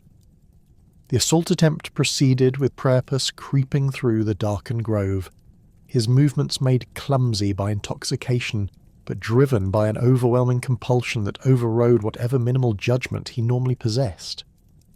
His approach went undetected by the sleeping festival participants, as his divine nature allowed him to move with surprising stealth when pursuing his quarry. The fertility god's confidence grew as he drew closer to his intended victim, his wine-addled mind interpreting Hestia's peaceful repose as invitation rather than recognizing the profound violation he was about to attempt against one of the most revered deities in the pantheon. At the crucial moment when Priapus reached toward the sleeping goddess, a donkey belonging to Silenus, the elderly satyr who served as companion to Dionysus, suddenly brayed with tremendous volume, its harsh cry echoing through the grove with startling intensity. The unexpected sound shattered the nocturnal quiet and instantly awakened every participant in the festival, including Hestia herself, who opened her eyes to discover Priapus looming over her with obvious malicious intent. The donkey's intervention, whether motivated by natural instinct or divine inspiration, had prevented what would have been not merely a personal assault against the virgin goddess, but a cosmic catastrophe that could have destabilized the entire Olympian order. The immediate aftermath of this thwarted assault revealed the full extent of Hestia's divine power when properly aroused to righteous anger, as her typical gentleness transformed into implacable justice that struck terror into the hearts of all witnesses. The goddess rose from her resting place with movements that seemed to make the very air around her shimmer with barely contained energy, her modest veil now radiating light that illuminated the entire grove with brilliant white radiance. The transformation was so complete and so terrifying that Priapus, despite his intoxicated state, immediately recognized the magnitude of his error and attempted to flee the scene before facing the consequences of his attempted crime. Hestia's response to the assault attempt combined swift retribution with measured justice that reflected her deep understanding of cosmic balance and appropriate punishment. Rather than destroying Priapus outright, which would have been well within her power and entirely justified by his actions, she chose a form of divine punishment that served both as personal retribution and as a permanent warning to others who might contemplate similar violations of divine order. The goddess cursed the fertility god to suffer eternal shame regarding the very physical attributes that had been the source of his pride and the motivation for his criminal behavior. The specific nature of Hestia's curse transformed Priapus from a figure of crude masculine power into an object of ridicule and embarrassment, as his exaggerated physical characteristics became sources of comic mockery rather than symbols of fertility and potency. The punishment extended beyond mere physical transformation to encompass social and psychological consequences that would remind him constantly of his failed assault and its aftermath. The fertility god found himself unable to complete any sexual encounter successfully, his previous boastfulness replaced by humiliating inadequacy that made him the subject of jokes and derision throughout the divine realm. The intervention of the donkey in preventing Priapus's assault became the subject of considerable theological speculation among ancient scholars and religious practitioners, as the timing and effectiveness of the animal's intervention suggested divine orchestration rather than mere coincidence. Some interpretations attributed the donkey's actions to direct intervention by Zeus, who had recognized the cosmic threat posed by an assault against his sister and had chosen to prevent the crisis through subtle manipulation rather than dramatic divine intervention. Other explanations suggested that Hestia herself had unconsciously influenced the animal through a connection to the natural order, causing it to act as her protector even while she remained unaware of the approaching danger. The broader implications of this mythological narrative extended far beyond the immediate participants to encompass fundamental questions about divine vulnerability, the protection of sacred vows, and the cosmic consequences of violations against the established moral order. Hestia's near assault demonstrated that even the most powerful deities remained subject to physical threats when they chose to interact with less reliable divine beings, while the successful prevention of the crime affirmed the existence of protective forces that operated to preserve cosmic stability even during moments of apparent vulnerability. The incident also established important precedents regarding the punishment of sexual crimes against divine beings, as Hestia's measured response to Priapus's attempt provided a model for appropriate retribution that balanced justice with mercy. The goddess's choice to inflict permanent humiliation rather than death or complete destruction reflected her understanding that excessive punishment could create new sources of instability, while inadequate consequences might encourage similar violations by other potential offenders. The curse she imposed served as both personal retribution and general deterrent, demonstrating the inevitable consequences that awaited those who violated divine law.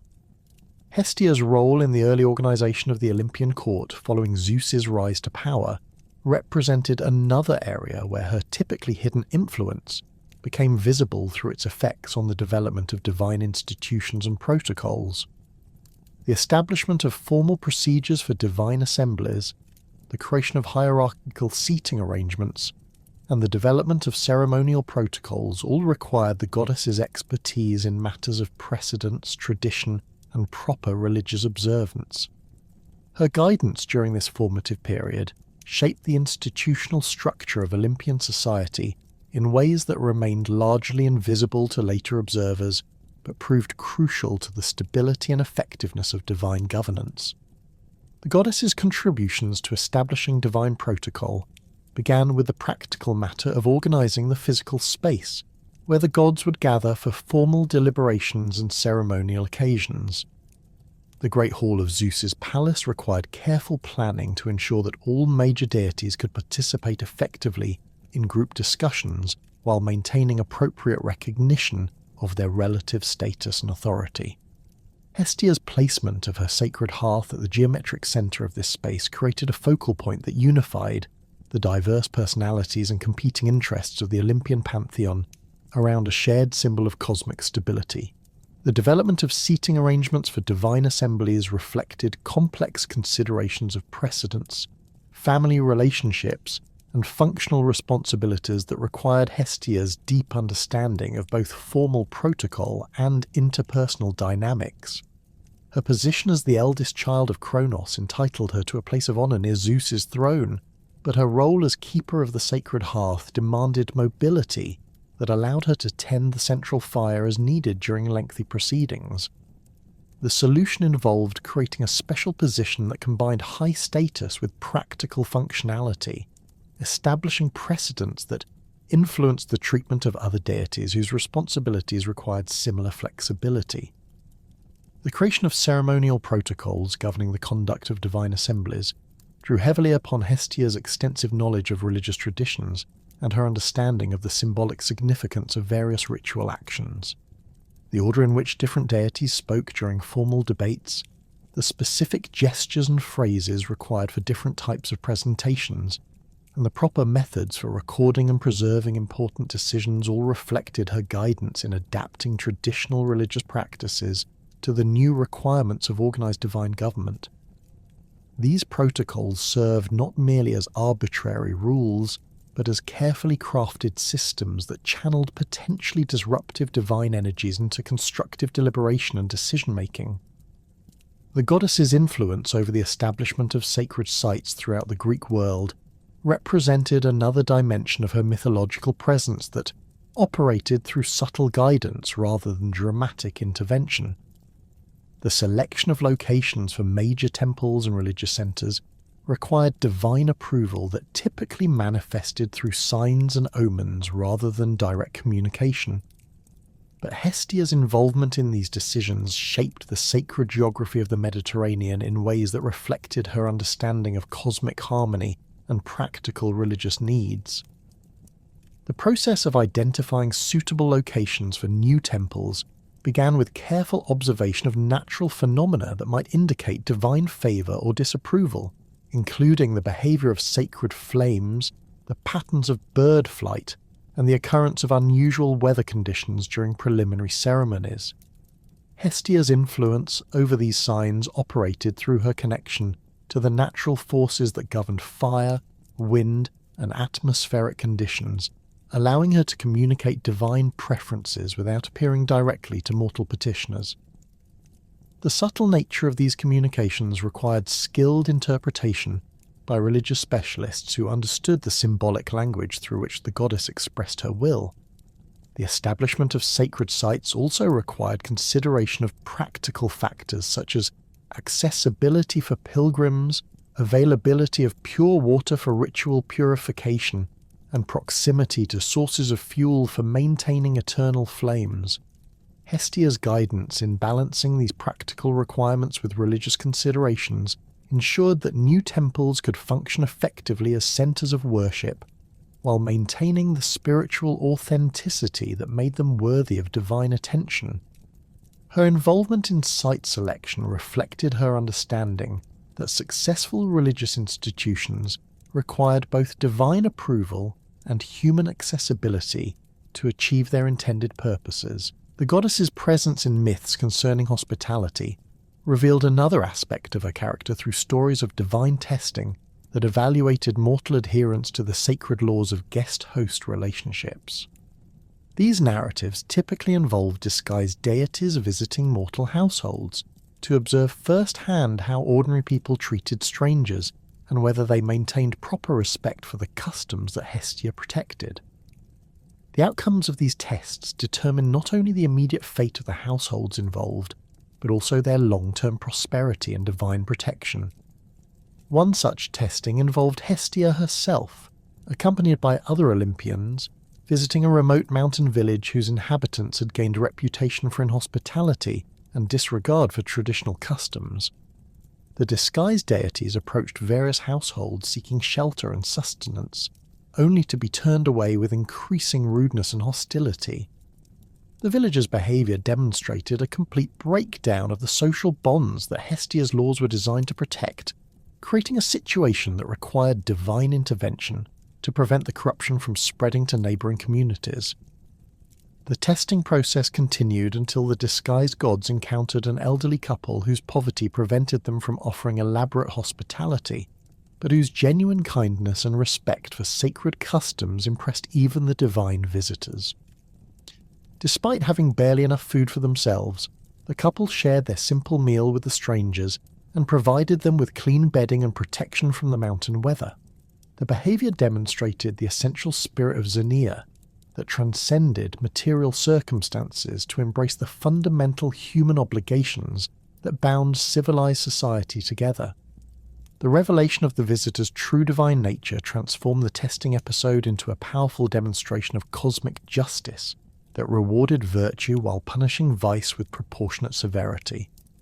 The hospitable couple received blessings that ensured their prosperity and protection for the remainder of their lives, while the inhospitable villagers faced consequences that reflected the magnitude of their violations against divine law. The differential treatment served as a clear illustration of the principles that governed Hestia's approach to divine justice, emphasizing the importance of genuine virtue over mere outward compliance with social expectations. The differential treatment that characterized Hestia's approach to divine justice established important precedents that would prove crucial during one of the most significant transitions in Olympian history, the integration of Dionysus into the established pantheon and the goddess's voluntary relinquishment of her position among the 12 principal deities. This momentous decision represented far more than a simple administrative reorganization of divine hierarchy, embodying instead a profound transformation in Greek religious consciousness that reflected the evolving spiritual needs of a civilization adapting to new cultural influences and changing social realities. The emergence of Dionysus as a major divine force occurred through a complex process of religious syncretism that brought together indigenous Greek traditions with foreign cultic practices originating in Thrace, Asia Minor, and other regions beyond the traditional boundaries of Hellenic civilization. The god's association with wine, ecstatic religious experience, and the breakdown of conventional social boundaries created immediate tensions with the established order that Hestia and her fellow Olympians had worked to maintain since their victory over the Titans. His cult practices, characterized by frenzied dancing, ritual intoxication, and temporary suspension of normal behavioral constraints, challenged the fundamental principles of moderation, stability, and controlled religious expression that formed the cornerstone of traditional Greek piety. The theological implications of incorporating Dionysus into the Olympian system extended far beyond questions of divine precedence or ceremonial protocol to encompass fundamental issues about the nature of religious experience and the relationship between order and chaos in cosmic affairs. The god's domain over wine and intoxication represented forces that could either enhance religious communion through altered states of consciousness, or destroy social cohesion through uncontrolled excess and abandonment of rational judgment. His festivals, marked by temporary inversions of social hierarchy and suspension of conventional moral restrictions, offered participants liberation from the constraints of daily life, while simultaneously threatening the stability of the communities that hosted these celebrations. The process of Dionysus's integration into Olympian society began gradually as his cult gained popularity throughout the Greek world and his divine authority became increasingly difficult to ignore or suppress. Local communities that initially resisted his worship found themselves forced to acknowledge his power after experiencing the destructive consequences of opposing a legitimate divine force, while regions that welcomed his cult discovered new sources of agricultural prosperity and communal celebration that enhanced their overall quality of life. The god's growing influence created pressure for formal recognition within the established pantheon, as his exclusion from official divine ceremonies became increasingly anomalous and potentially dangerous. The traditional enumeration of 12 principal Olympian deities had become deeply embedded in Greek religious consciousness through centuries of artistic representation, architectural symbolism, and ceremonial practice. This sacred number carried profound mathematical and mystical significance that connected divine organization to cosmic harmony and natural cycles, making any alteration to the established system a matter of considerable theological complexity. The addition of a 13th major deity would have disrupted these carefully balanced relationships, while the exclusion of any current member would have created equally serious problems regarding the maintenance of cosmic stability and divine authority. Zeus faced the delicate challenge of accommodating Dionysus' legitimate claim to Olympian status without destabilizing the existing system or offending the established deities whose cooperation remained essential to effective divine governance. The king of the gods recognized that Dionysus' exclusion from the principal pantheon could lead to the development of an alternative power structure that might challenge Olympian authority, while forced inclusion without proper preparation could create internal conflicts that would weaken the entire system. The solution required a voluntary adjustment from one of the current 12 that would create space for the new deity while preserving the essential numerical and symbolic relationships that govern divine organization. Hestia's decision to yield her formal position among the 12 Olympians emerged from her characteristic combination of practical wisdom and selfless dedication to cosmic stability. The goddess recognized that her unique role as keeper of the sacred hearth made her simultaneously indispensable to divine society and potentially expendable from formal political structures, as her influence operated through spiritual authority rather than administrative power. Her withdrawal from active participation in divine assemblies would not diminish her actual importance to Olympian civilization, while her voluntary sacrifice would demonstrate the kind of gracious accommodation that could serve as a model for future adaptations to changing religious circumstances. The theological significance of Hestia's yielding extended far beyond the immediate practical benefits of resolving the succession crisis. encompassing broader questions about the evolution of religious consciousness and the integration of new spiritual insights into established traditions.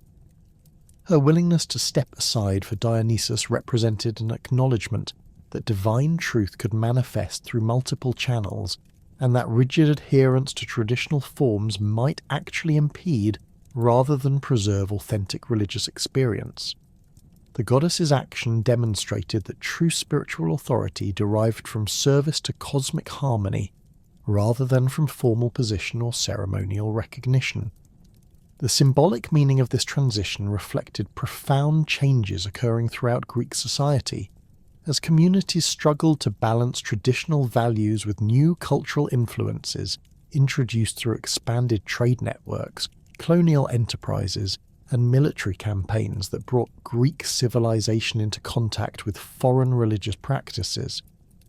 Hestia's gracious accommodation of Dionysus provided a divine model for the kind of cultural synthesis that would allow Greek civilization to absorb beneficial foreign elements without losing its essential character or abandoning the foundational principles that had enabled its remarkable achievements. The practical arrangements surrounding Hestia's withdrawal required careful attention to preserving her essential functions, while formally transferring her ceremonial position to the incoming deity. The goddess's role as keeper of the sacred hearth remained unchanged, as this responsibility derived from her fundamental nature rather than her membership in the Council of 12. Her continued maintenance of the central fire that unified all divine activities ensured that the transition would not disrupt the basic operations of Olympian society, while her retention of specific honours and privileges acknowledged her unique contribution to cosmic stability. The ceremonies marking this transition combined elements of celebration and solemnity that reflected both the significance of Dionysus's elevation and the magnitude of Hestia's sacrifice. The formal presentation of the new deity to the assembled Olympians took place around the sacred hearth that remained under Hestia's protection, symbolically demonstrating that his integration into the divine community occurred through her gracious facilitation rather than through conquest or displacement. The goddess's personal welcome to Dionysus established precedents for future divine interactions that emphasized cooperation and mutual respect rather than competition and rivalry. Dionysus's acceptance of his new position involved reciprocal acknowledgements of Hestia's continued importance and his own dependence upon her services for the effective exercise of his divine authority. The wine god's first official act as a member of the 12 involved offering elaborate sacrifices at the sacred hearth, demonstrating his understanding that his elevation had been made possible through the goddess's voluntary sacrifice and his commitment to honouring the principles she represented. This ceremonial exchange established a special relationship between the two deities that would influence their future interactions and provide a model for integrating other new divine forces into established religious structures. The continued honour accorded to Hestia following her formal withdrawal from the 12 demonstrated the sophisticated understanding of divine relationships that characterized mature Olympian society. Rather than treating her decision as a diminishment of her status or authority, the other deities recognized her action as evidence of superior wisdom and spiritual development that actually enhanced her standing within the divine community. Her willingness to sacrifice formal position for the greater good established her as a moral authority whose guidance carried special weight during subsequent crises and decision-making processes. The practical expressions of this continued respect manifested through various ceremonial, observances and institutional arrangements that preserved Hestia's essential role while acknowledging her changed status within the formal hierarchy. Her continued presence at divine assemblies, though no longer as a voting member of the council, provided stability and continuity during the adjustment period as Dionysus learned to fulfill his new responsibilities. The goddess's availability as a counselor and mediator remained unchanged, as her withdrawal from formal politics actually enhanced her effectiveness in these roles. by eliminating any appearance of personal interest in the outcomes of divine disputes. The architectural modifications to Mount Olympus that accommodated this transition reflected the careful balance between innovation and tradition that characterized the entire process. Dionysus received appropriate quarters and ceremonial spaces that acknowledged his new status, while preserving the central importance of Hestia's hearth to divine society. The integration of wine-related symbolism and decorative elements into the established divine palace complex created visual representations of the successful synthesis of old and new religious elements without compromising the essential character of Olympian civilization. The influence of this transition on mortal religious practices proved equally significant, as communities throughout the Greek world adapted their own ceremonial observances to reflect the new divine arrangements while maintaining their traditional devotion to Hestia's protective influence. The integration of Dionysiac festivals into established religious calendars required careful scheduling that avoided conflicts with existing observances while providing appropriate recognition for the new deity's authority. Local priests and religious officials developed innovative approaches to honouring both traditional and innovative forms of divine worship that reflected the theological sophistication of Greek religious culture. The educational implications of Hestia's yielding provided important lessons about the nature of true authority and the relationship between formal position and actual influence that would resonate throughout subsequent Greek philosophical and political thought. Her demonstration that genuine power could transcend institutional structures influenced developing concepts of leadership and governance that emphasized moral authority over mere administrative control. The goddess's example suggested that the most effective forms of influence operated through service and sacrifice, rather than through domination and self-assertion. The long-term consequences of this divine transition extended far beyond the immediate participants to encompass fundamental changes in Greek religious consciousness that would shape the development of Hellenistic and Roman religious practices. The successful integration of Dionysus into the established pantheon demonstrated the capacity of traditional religious structures to adapt and evolve without losing their essential character, providing a model for subsequent encounters with foreign religious influences that would occur as Greek civilization expanded throughout the Mediterranean world. The relationship between Hestia and Dionysus that emerged from this transition reflected the broader synthesis of order and ecstasy, tradition and innovation, stability and transformation that would characterize the mature phase of Greek religious development. The goddess's continued protection of the sacred hearth provided the stable foundation upon which Dionysiac celebrations could safely occur, while the wine god's festivals offered participants temporary liberation from the constraints of ordinary life without permanently disrupting the social order that Hestia maintained. This dynamic balance between complementary divine forces created new possibilities for a religious experience that enriched Greek spiritual life without compromising its fundamental coherence. The theological sophistication demonstrated through this peaceful transition established important precedents for resolving similar challenges that would arise as Greek religious culture continued to encounter and absorb foreign influences throughout the classical and Hellenistic periods.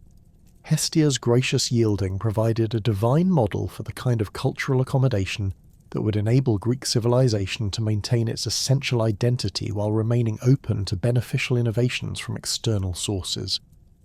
This flexibility in divine arrangements reflected the deeper adaptability that characterized her influence over the civic and domestic institutions that form the backbone of Greek society, where her protective authority manifested through carefully structured systems of public and private religious observance that unified communities under her sacred guardianship.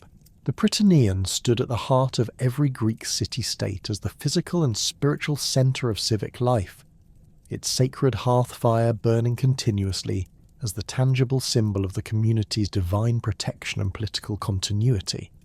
This public building, typically constructed near the agora or other central gathering places, housed not only the eternal flame that represented Hestia's presence, but also served as the repository for the city's most important legal documents, treaties, and sacred objects that defined its identity and authority. The architectural design of Prytanea followed standardized principles that reflected centuries of accumulated knowledge about the proper conditions for maintaining sacred fires while providing adequate space for the governmental and religious functions that centered around the hearth. The circular or rectangular hearth that occupied the central chamber of each Prytanean was constructed according to precise specifications that ensured optimal burning conditions and symbolic appropriateness for its sacred function.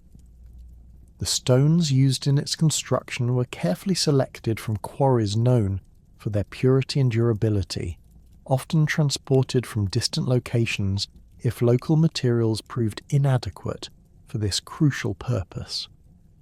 The mortar binding these stones incorporated specific ingredients chosen for their symbolic significance and practical properties, including ash from previous sacred fires, wine mixed with honey, and aromatic resins that would release pleasant fragrances when heated by the flames above. The fuel used to maintain the Prytanean fire required constant attention and specialized knowledge to ensure that the flames burned with the proper intensity and color throughout all seasons and weather conditions. Different types of wood produced flames with distinct characteristics that carried specific symbolic meanings, with oak preferred for its associations with strength and endurance, olive for its connections to peace and prosperity, and aromatic woods like cedar or pine reserved for special occasions when their distinctive fragrances could enhance the spiritual atmosphere of important ceremonies. The preparation of this fuel involved elaborate purification rituals that removed any contaminating influences while blessing the materials for their sacred purpose.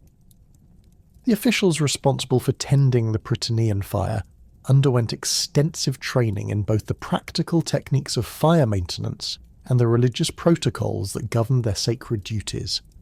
These individuals, typically selected from prominent families within the community, served terms that varied according to local customs, but always included comprehensive instruction in the proper methods for feeding the fire, adjusting its intensity, and interpreting the messages conveyed through variations in flame behavior.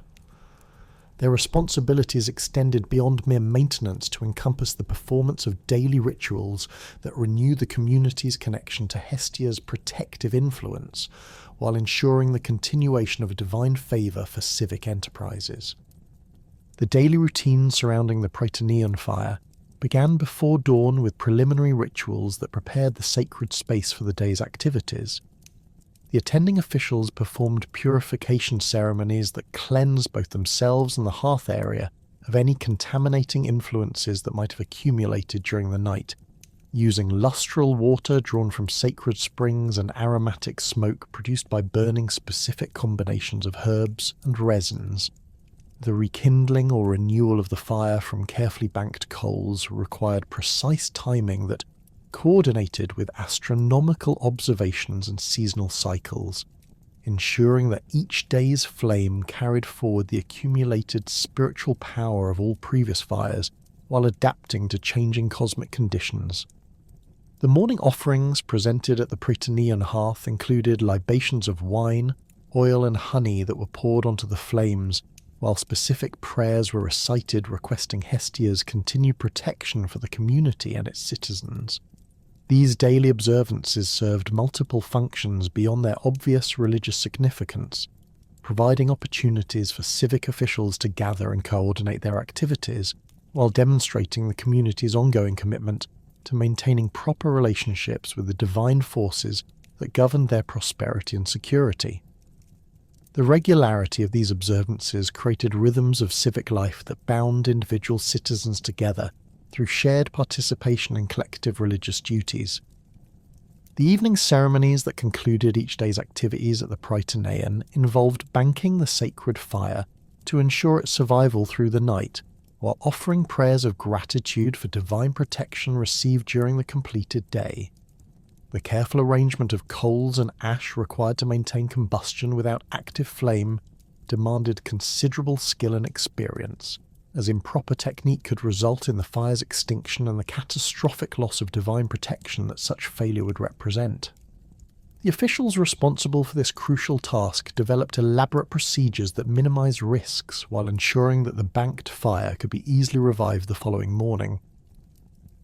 The role of the Prytaneon in colonial expeditions demonstrated Hestia's fundamental importance to Greek expansion throughout the Mediterranean, as the establishment of new settlements required the transportation of sacred fire from the mother city's hearth to kindle the flames that would serve as the spiritual foundation of the colonial community. This process began with elaborate ceremonies at the home Prytaneon, where specially consecrated vessels were filled with glowing coals drawn from the sacred hearth, their contents blessed through rituals that prepared them for the challenging journey ahead, while ensuring their continued connection to the divine source of civic authority. The selection of individuals entrusted with transporting colonial fire reflected the community's understanding that the success of the entire venture depended upon maintaining an unbroken spiritual connection between the mother city and its overseas offspring. These fire-bearers underwent purification rituals that prepared them for their sacred responsibilities, while binding them through solemn oaths to protect their precious cargo at all costs during the journey to the colonial site. The vessels used for this purpose incorporated design features that protected the coals from wind and moisture, while allowing sufficient airflow to maintain combustion, their construction involving specialized techniques passed down through generations of craftsmen who understood the unique requirements of sacred fire transportation. The journey itself took on the character of a religious procession, with the fire-bearers following prescribed routes that included stops at established shrines and temples where the colonial flame could be renewed and blessed by local religious authorities. These intermediate stations served both practical and spiritual functions, providing opportunities to replenish fuel supplies, while allowing communities along the route to participate in the colonial enterprise through their prayers and offerings for its success. The accumulated blessings gathered during these stops enhanced the spiritual power of the transported fire, while creating networks of religious connection that would support the new settlement's integration into the broader Greek community. The arrival of the sacred fire at the colonial site marked the formal beginning of the new community's existence as a legitimate Greek police, with the lighting of the colonial Prytaneon serving as the foundational act that established divine protection and civic authority in the new location.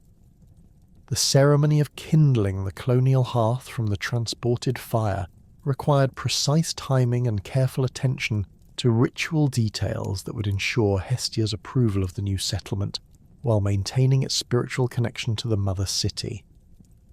The successful establishment of the colonial flame demonstrated divine acceptance of the venture and provided the foundation upon which all subsequent civic and religious activities would be built.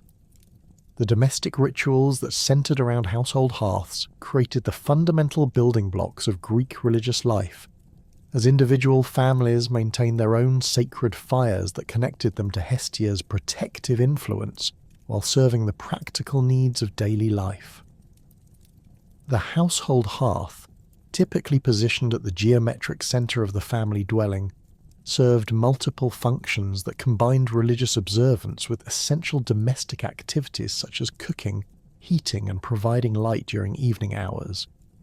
The integration of sacred and practical purposes transformed routine household tasks into acts of worship that honored the goddess while fulfilling the material needs of family members.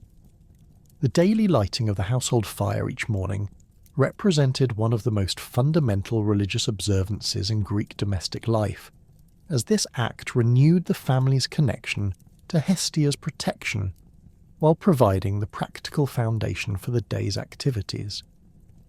The process began with the careful preparation of kindling and fuel that had been blessed through specific rituals designed to ensure divine approval of the fire's purpose and function. The actual lighting followed prescribed procedures that included prayers requesting the goddess's blessing for the family's endeavours, while seeking protection from the various dangers that might threaten the domestic harmony and prosperity.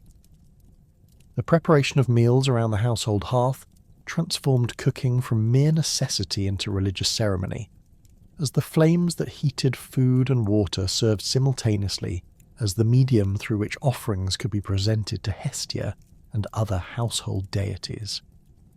The first portion of each meal was traditionally set aside as an offering to the goddess, typically consisting of bread, wine, and other foods that represented the family's gratitude for divine protection and their recognition of their dependence upon supernatural assistance for their continued prosperity. These daily offerings created ongoing dialogue between mortal and divine realms that strengthened the bonds connecting individual households to the broader cosmic order. The evening banking of the household fire required the same careful attention to proper technique that characterized the maintenance of public hearths, as the survival of the domestic flame through the night ensured the continuation of divine protection for sleeping family members while providing the foundation for the following day's activities. The process involved arranging coals and ash in patterns that would maintain combustion without producing active flames, creating conditions that minimized fire hazards while preserving the sacred nature of the hearth. Family members often gathered around the banked fire for evening prayers that expressed gratitude for the day's blessings, while requesting continued protection during the vulnerable hours of darkness. The seasonal celebrations that marked important transitions in the agricultural and social calendar invariably included special observances at household hearths that connected individual families to the broader rhythms of natural and divine cycles. The spring festivals that celebrated agricultural renewal featured ceremonies where seeds intended for planting were blessed at domestic fires, their exposure to sacred flames serving to enhance their fertility while requesting Hestia's protection for the growing crops. The autumn harvest celebrations included Thanksgiving offerings that acknowledged the goddess's role in providing the abundance that would sustain families through the coming winter months. The life cycle rituals that marked important transitions in individual and family development centered around the household hearth as the sacred space where divine blessing could be sought for new beginnings while maintaining connection to ancestral traditions and family identity. Birth ceremonies included presentations of newborn infants at the domestic fire, where their names were formally announced in the goddess's presence while prayers were offered for their health, prosperity and protection throughout their lives. These early rituals established each individual's relationship with Hestia, while incorporating them into the spiritual community that centered around the family hearth. Marriage ceremonies required elaborate coordination between the hearths of both families involved, as the bride's transition from her birth household to her new domestic situation needed to be accomplished without disrupting her connection to Hestia's protection. The transfer of sacred fire from the bride's family hearth to that of her new household symbolized the extension of divine blessing to the newly formed domestic unit, while maintaining the spiritual bonds that connected her to her origins.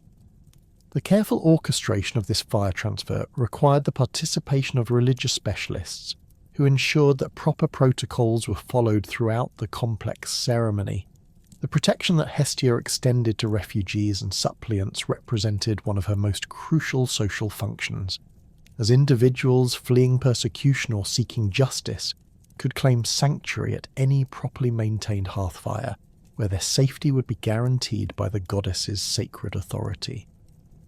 This institution of asylum provided essential protection for the vulnerable members of society, while creating obligations for those who controlled hearth spaces to honour the sacred laws that governed guest-host relationships. The physical act of touching the hearth or grasping the altar that surrounded it established an unbreakable bond between the suppliant and the divine power that protected the sacred space. The legal and social implications of sanctuary rites created complex obligations that extended far beyond the immediate provision of physical safety to encompass ongoing responsibilities for the welfare of those who had claimed divine protection. Households or communities that accepted suppliants became responsible for their basic needs, while working to resolve the underlying conflicts or injustices that had forced them to seek sanctuary. The goddess's oversight of these arrangements ensured that both suppliants and their protectors fulfilled their respective obligations, while preventing abuse of the sanctuary system by individuals seeking to escape legitimate legal consequences for their actions. The resolution of sanctuary cases required careful navigation of competing legal and moral obligations, as the divine protection extended to suppliants needed to be balanced against the legitimate claims of those who sought justice or compensation for wrongs they had suffered. Hestia's role in mediating these complex situations involved ensuring that all parties received fair consideration while preventing the escalation of conflicts that might threaten broader social stability.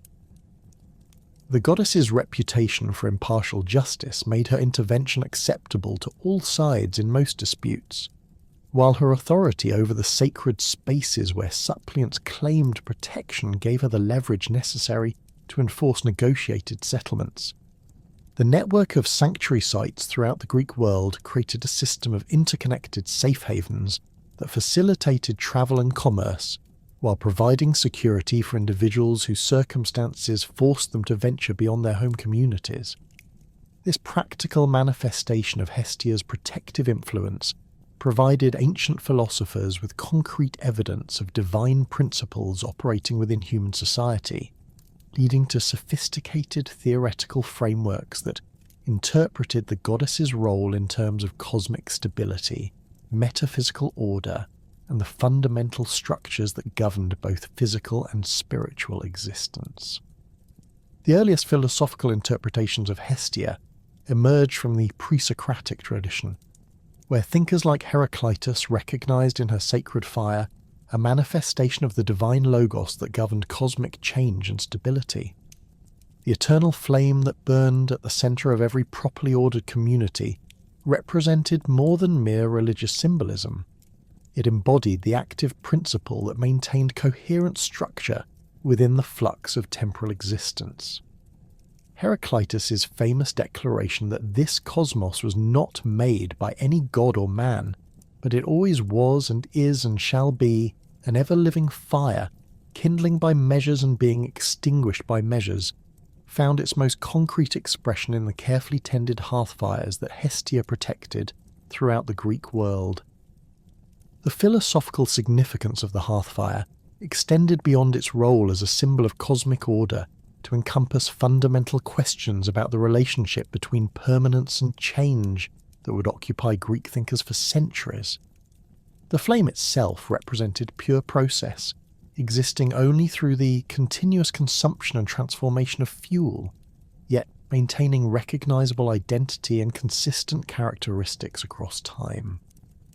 This paradox of dynamic stability provided philosophers with a powerful model for understanding how complex systems could maintain their essential nature while adapting to changing circumstances and external pressures.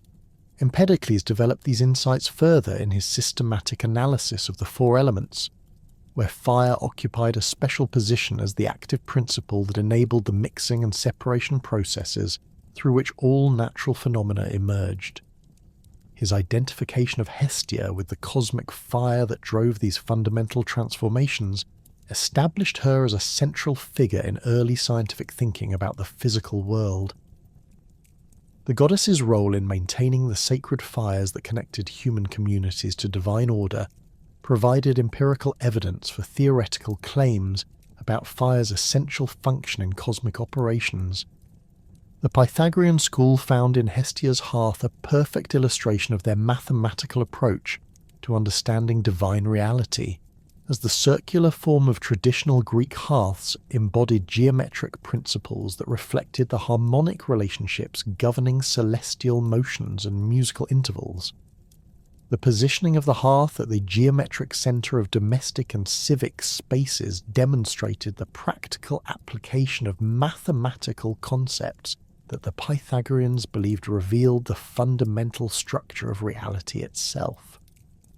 Their doctrine that all things are numbers found concrete expression in the carefully calculated proportions that governed hearth construction and the precise timing of rituals that maintained proper relationships with the goddess. The numerical symbolism associated with Hestia's cult practices provided Pythagorean philosophers with rich material for developing their theories about the mathematical foundations of religious experience. The 12 principal Olympians, the specific intervals between major festivals, and the prescribed quantities of various offerings all reflected underlying numerical relationships that connected human religious activities to cosmic harmonies. The goddess's voluntary withdrawal from the Council of 12 to accommodate Dionysus demonstrated the dynamic nature of these mathematical relationships and their capacity for adaptation without losing essential structural integrity.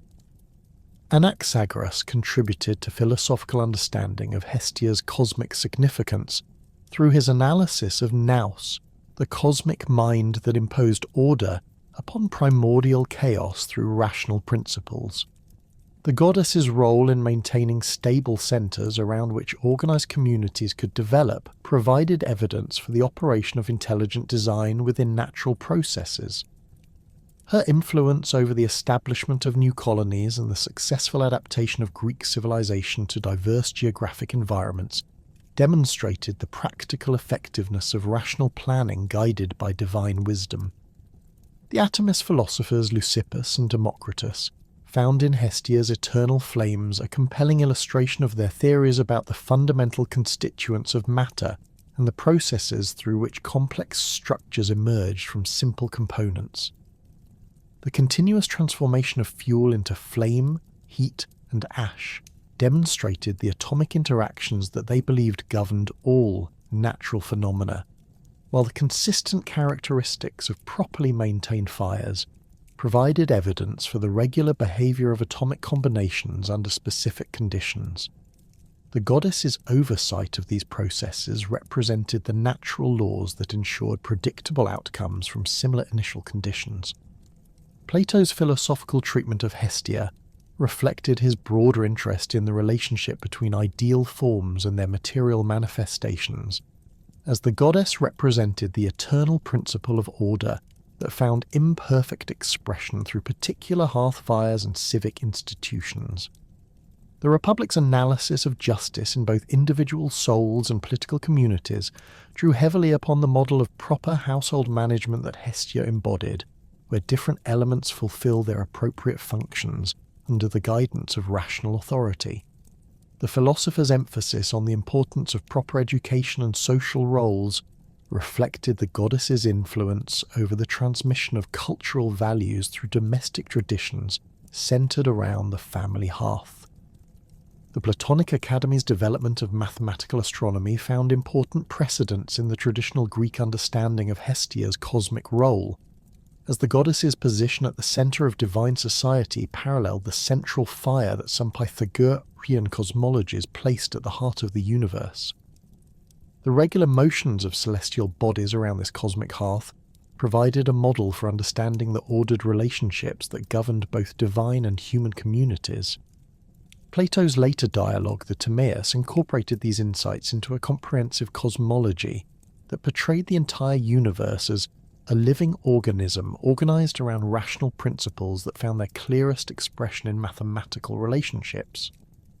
Aristotle's systematic analysis of Greek religious practices included detailed examination of Hestia's role in maintaining social and political stability through the institutions that centered around her sacred fires. The Nicomachean Ethics explored the goddess's influence over the development of moral virtues through the educational processes that occurred within properly ordered households, while the Politics analysed her contribution to civic unity through the public hearths that served as focal points for community identity and shared values. The philosopher's emphasis on the importance of habit and practice in developing virtuous character reflected traditional Greek understanding of how participation in hearth-centered rituals shaped individual personality and social relationships. The Peripatetic school's continued investigation of these themes produced detailed studies of comparative religion that examined Hestia's cult, practices alongside similar institutions found in other cultures throughout the Mediterranean world. These scholarly investigations revealed common patterns in the human tendency to organize social life around sacred centers that provided stability and continuity across generations. The recognition of these universal elements in religious experience supported Aristotelian arguments about the natural basis of human social organization and the rational foundations of ethical behavior. The Stoic philosophers found in Hestia's character and functions a perfect embodiment of their ethical ideals, as the goddess demonstrated how genuine virtue operated through consistent adherence to duty rather than pursuit of personal advantage or emotional satisfaction. Her voluntary withdrawal from the Council of 12 to accommodate Dionysus illustrated the Stoic principle that true happiness derived from acting in accordance with reason and cosmic order rather than from achieving particular external outcomes. The goddess's ability to maintain equanimity during conflicts between other deities provided a model for the kind of emotional discipline that Stoic practitioners sought to cultivate in their own lives. Marcus Aurelius's meditations included several references to Hestia's example as a guide for rulers who sought to govern effectively while maintaining personal virtue and cosmic perspective. The emperor-philosopher's emphasis on duty, service, and acceptance of circumstances beyond personal control reflected traditional understanding of the goddess's approach to divine responsibility. His recognition that effective leadership required the subordination of personal desires to broader social needs echoed the sacrifices that Hestia had made to preserve Olympian stability and cosmic order. The literary tradition that celebrated Hestia's quiet dignity began with the Homeric hymns, where the goddess received recognition as first and last in divine honours, while maintaining her characteristic preference for subtle influence rather than dramatic intervention. The hymn dedicated specifically to her emphasized the essential nature of her contributions to both divine and mortal society, while acknowledging the difficulty of representing her achievements through conventional narrative techniques. The poet's challenge in depicting a deity whose greatest accomplishments involved the prevention of disasters rather than the achievement of spectacular victories reflected broader issues in Greek literary culture about the relationship between heroic values and everyday virtues. The Homeric hymn to Hestia established literary precedents that would influence subsequent poetic treatments of the goddess throughout the classical period. The hymn's emphasis on her role as the stable centre around which all other divine activities revolved provided later poets with a framework for exploring themes of continuity, tradition, and the relationship between innovation and preservation. The text's celebration of her voluntary virginity as a source of strength rather than limitation challenged conventional assumptions about feminine fulfillment while establishing alternative models of divine authority that operated through moral influence rather than physical power. Pindar's victory odes included several references to Hestia's protection of athletic competitions and civic festivals, where her oversight ensured fair play and proper recognition of achievement while maintaining the religious significance of these public celebrations. The poet's emphasis on the connection between individual excellence and community prosperity reflected traditional Greek understanding of how the goddess's influence operated through the harmonious coordination of personal and social goods. His treatment of athletic victory as a form of religious experience that honoured both human achievement and divine blessing drew upon the ritual frameworks that Hestia maintained through her oversight of public ceremonies. The tragic poets found in Hestia's story material for exploring themes of sacrifice, duty, and the relationship between individual desires and social obligations that formed central concerns of the dramatic tradition. Aeschylus's treatment of family curses and divine justice drew upon the goddess's role in maintaining household stability and protecting the institutions that bound communities together across generations. The playwright's emphasis on the importance of proper ritual observance and respect for traditional values reflected the educational functions that Hestia performed through her oversight of domestic religious practices. Sophocles incorporated references to Hestia's protective influence into several plays that examined the tension between human ambition and divine order, using the goddess's example to illustrate the benefits of accepting limitations and working within established structures rather than attempting to overthrow or transcend them. The playwright's portrayal of characters who achieved tragic outcomes through excessive pride or disregard for traditional obligations reflected traditional warnings about the consequences of neglecting the goddess's guidance in personal and political affairs. Euripides' more sceptical approach to traditional religious themes included nuanced treatments of Hestia's role that acknowledged both the benefits and limitations of the social institution she protected. The playwright's exploration of women's experiences within Greek domestic structures provided opportunities to examine the goddess's influence from perspectives that earlier literature had largely ignored. His recognition that traditional arrangements could serve both protective and restrictive functions reflected the complex realities of social life that Hestia's oversight attempted to regulate and improve. The comic tradition established by Aristophanes included affectionate parodies of Hestia's cult practices that celebrated their importance to community life while gently mocking the excessive reverence that some devotees displayed toward ritual details. The playwright's ability to find humour in religious observances without undermining their essential significance reflected the secure place that the goddess occupied within Greek cultural consciousness.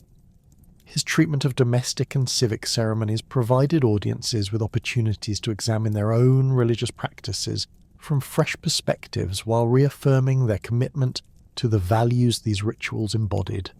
The development of prose literature during the classical period produced historical and philosophical works that analysed Hestia's influence over Greek political and social development with increasing sophistication and analytical rigour. Herodotus's histories included numerous references to the role of sacred fires in colonial enterprises and diplomatic negotiations, demonstrating the practical importance of the goddess's oversight to the expansion and organisation of Greek civilization throughout the Mediterranean world. The historian's attention to religious factors and political events reflected contemporary understanding of how divine influences operated through human institutions and individual decisions. Thucydides' more secular approach to historical analysis nevertheless acknowledged the importance of traditional religious practices in maintaining social cohesion and political stability during periods of crisis and conflict. His account of the plague at Athens included observations about the breakdown of conventional religious observances and its connection to broader social disintegration, implicitly recognizing the stabilizing influence that Hestia's institutions normally provided to community life. The historian's emphasis on the rational analysis of political events complemented rather than contradicted traditional religious explanations that attributed social stability to divine protection and guidance. Xenophon's practical treatises on household management and political leadership drew extensively upon traditional understanding of Hestia's role in organizing domestic and civic life, according to rational principles that promoted both efficiency and moral development. The Economicus provided detailed analysis of how proper household administration contributed to broader social welfare, while creating conditions that fostered individual virtue and family prosperity. The author's emphasis on the importance of order, discipline, and appropriate role fulfillment reflected the goddess's influence over the educational processes through which Greek culture transmitted its values from one generation to the next. The philosophical schools of the Hellenistic period continued to find in Hestia's example valuable insights for understanding the relationship between individual ethics and cosmic order, though their interpretations reflected the changed political and cultural circumstances of a world where Greek city-states had lost their independence to larger imperial structures.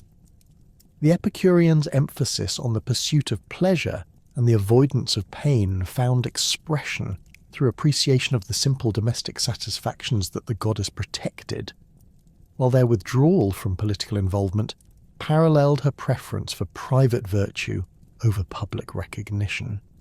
The integration of Hestia's principles into Greek concepts of civilization, law, and social order created lasting intellectual frameworks that would influence Western political and ethical thought for millennia after the decline of classical Greek culture. Her demonstration that authority could operate through moral influence rather than physical coercion provided precedents for later theories of legitimate government that emphasized consent and rational persuasion over force and intimidation. The goddess's success in maintaining stability through voluntary cooperation rather than imposed discipline offered models for social organization that recognized both individual autonomy and collective responsibility. The lasting symbolic power of the hearth fire as a representation of continuity, family bonds, and cultural identity in ancient Greek thought established metaphorical frameworks that would persist throughout subsequent Western literature and philosophy.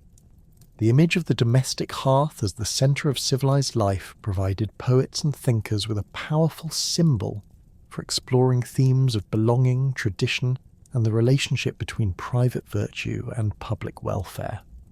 The goddess's protection of these sacred spaces created associations between fire, home, and divine presence that would influence religious and literary traditions far beyond the boundaries of ancient Greek culture. The philosophical legacy of Hestia's example ultimately transcended the specific religious and cultural contexts within which it originally developed, offering timeless insights about the nature of authentic authority, the importance of service to others, and the relationship between individual fulfillment and social responsibility.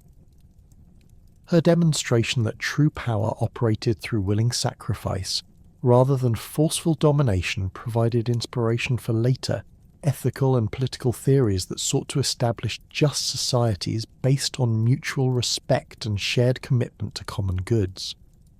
The goddess's quiet dignity and steadfast devotion to duty established standards of character and conduct that would continue to inspire individuals seeking to live meaningful lives within the complex demands of civilized society. Through her embodiment of the principles that made civilized life possible, Hestia secured a place in human consciousness that extended far beyond the particular mythological narratives and ritual practices through which ancient Greeks originally encountered her divine presence. Her legacy persisted in the fundamental human recognition that stable communities required sacred centers around which shared values could be preserved and transmitted, that individual fulfillment found its highest expression through service to others, and that true authority derived from moral wisdom rather than mere institutional position. In these enduring insights, the gentle goddess achieved the immortality that came not from dramatic exploits or spectacular displays of power, but from the quiet influence that shaped the daily lives of countless individuals who found in her example a guide for living with purpose, dignity, and grace.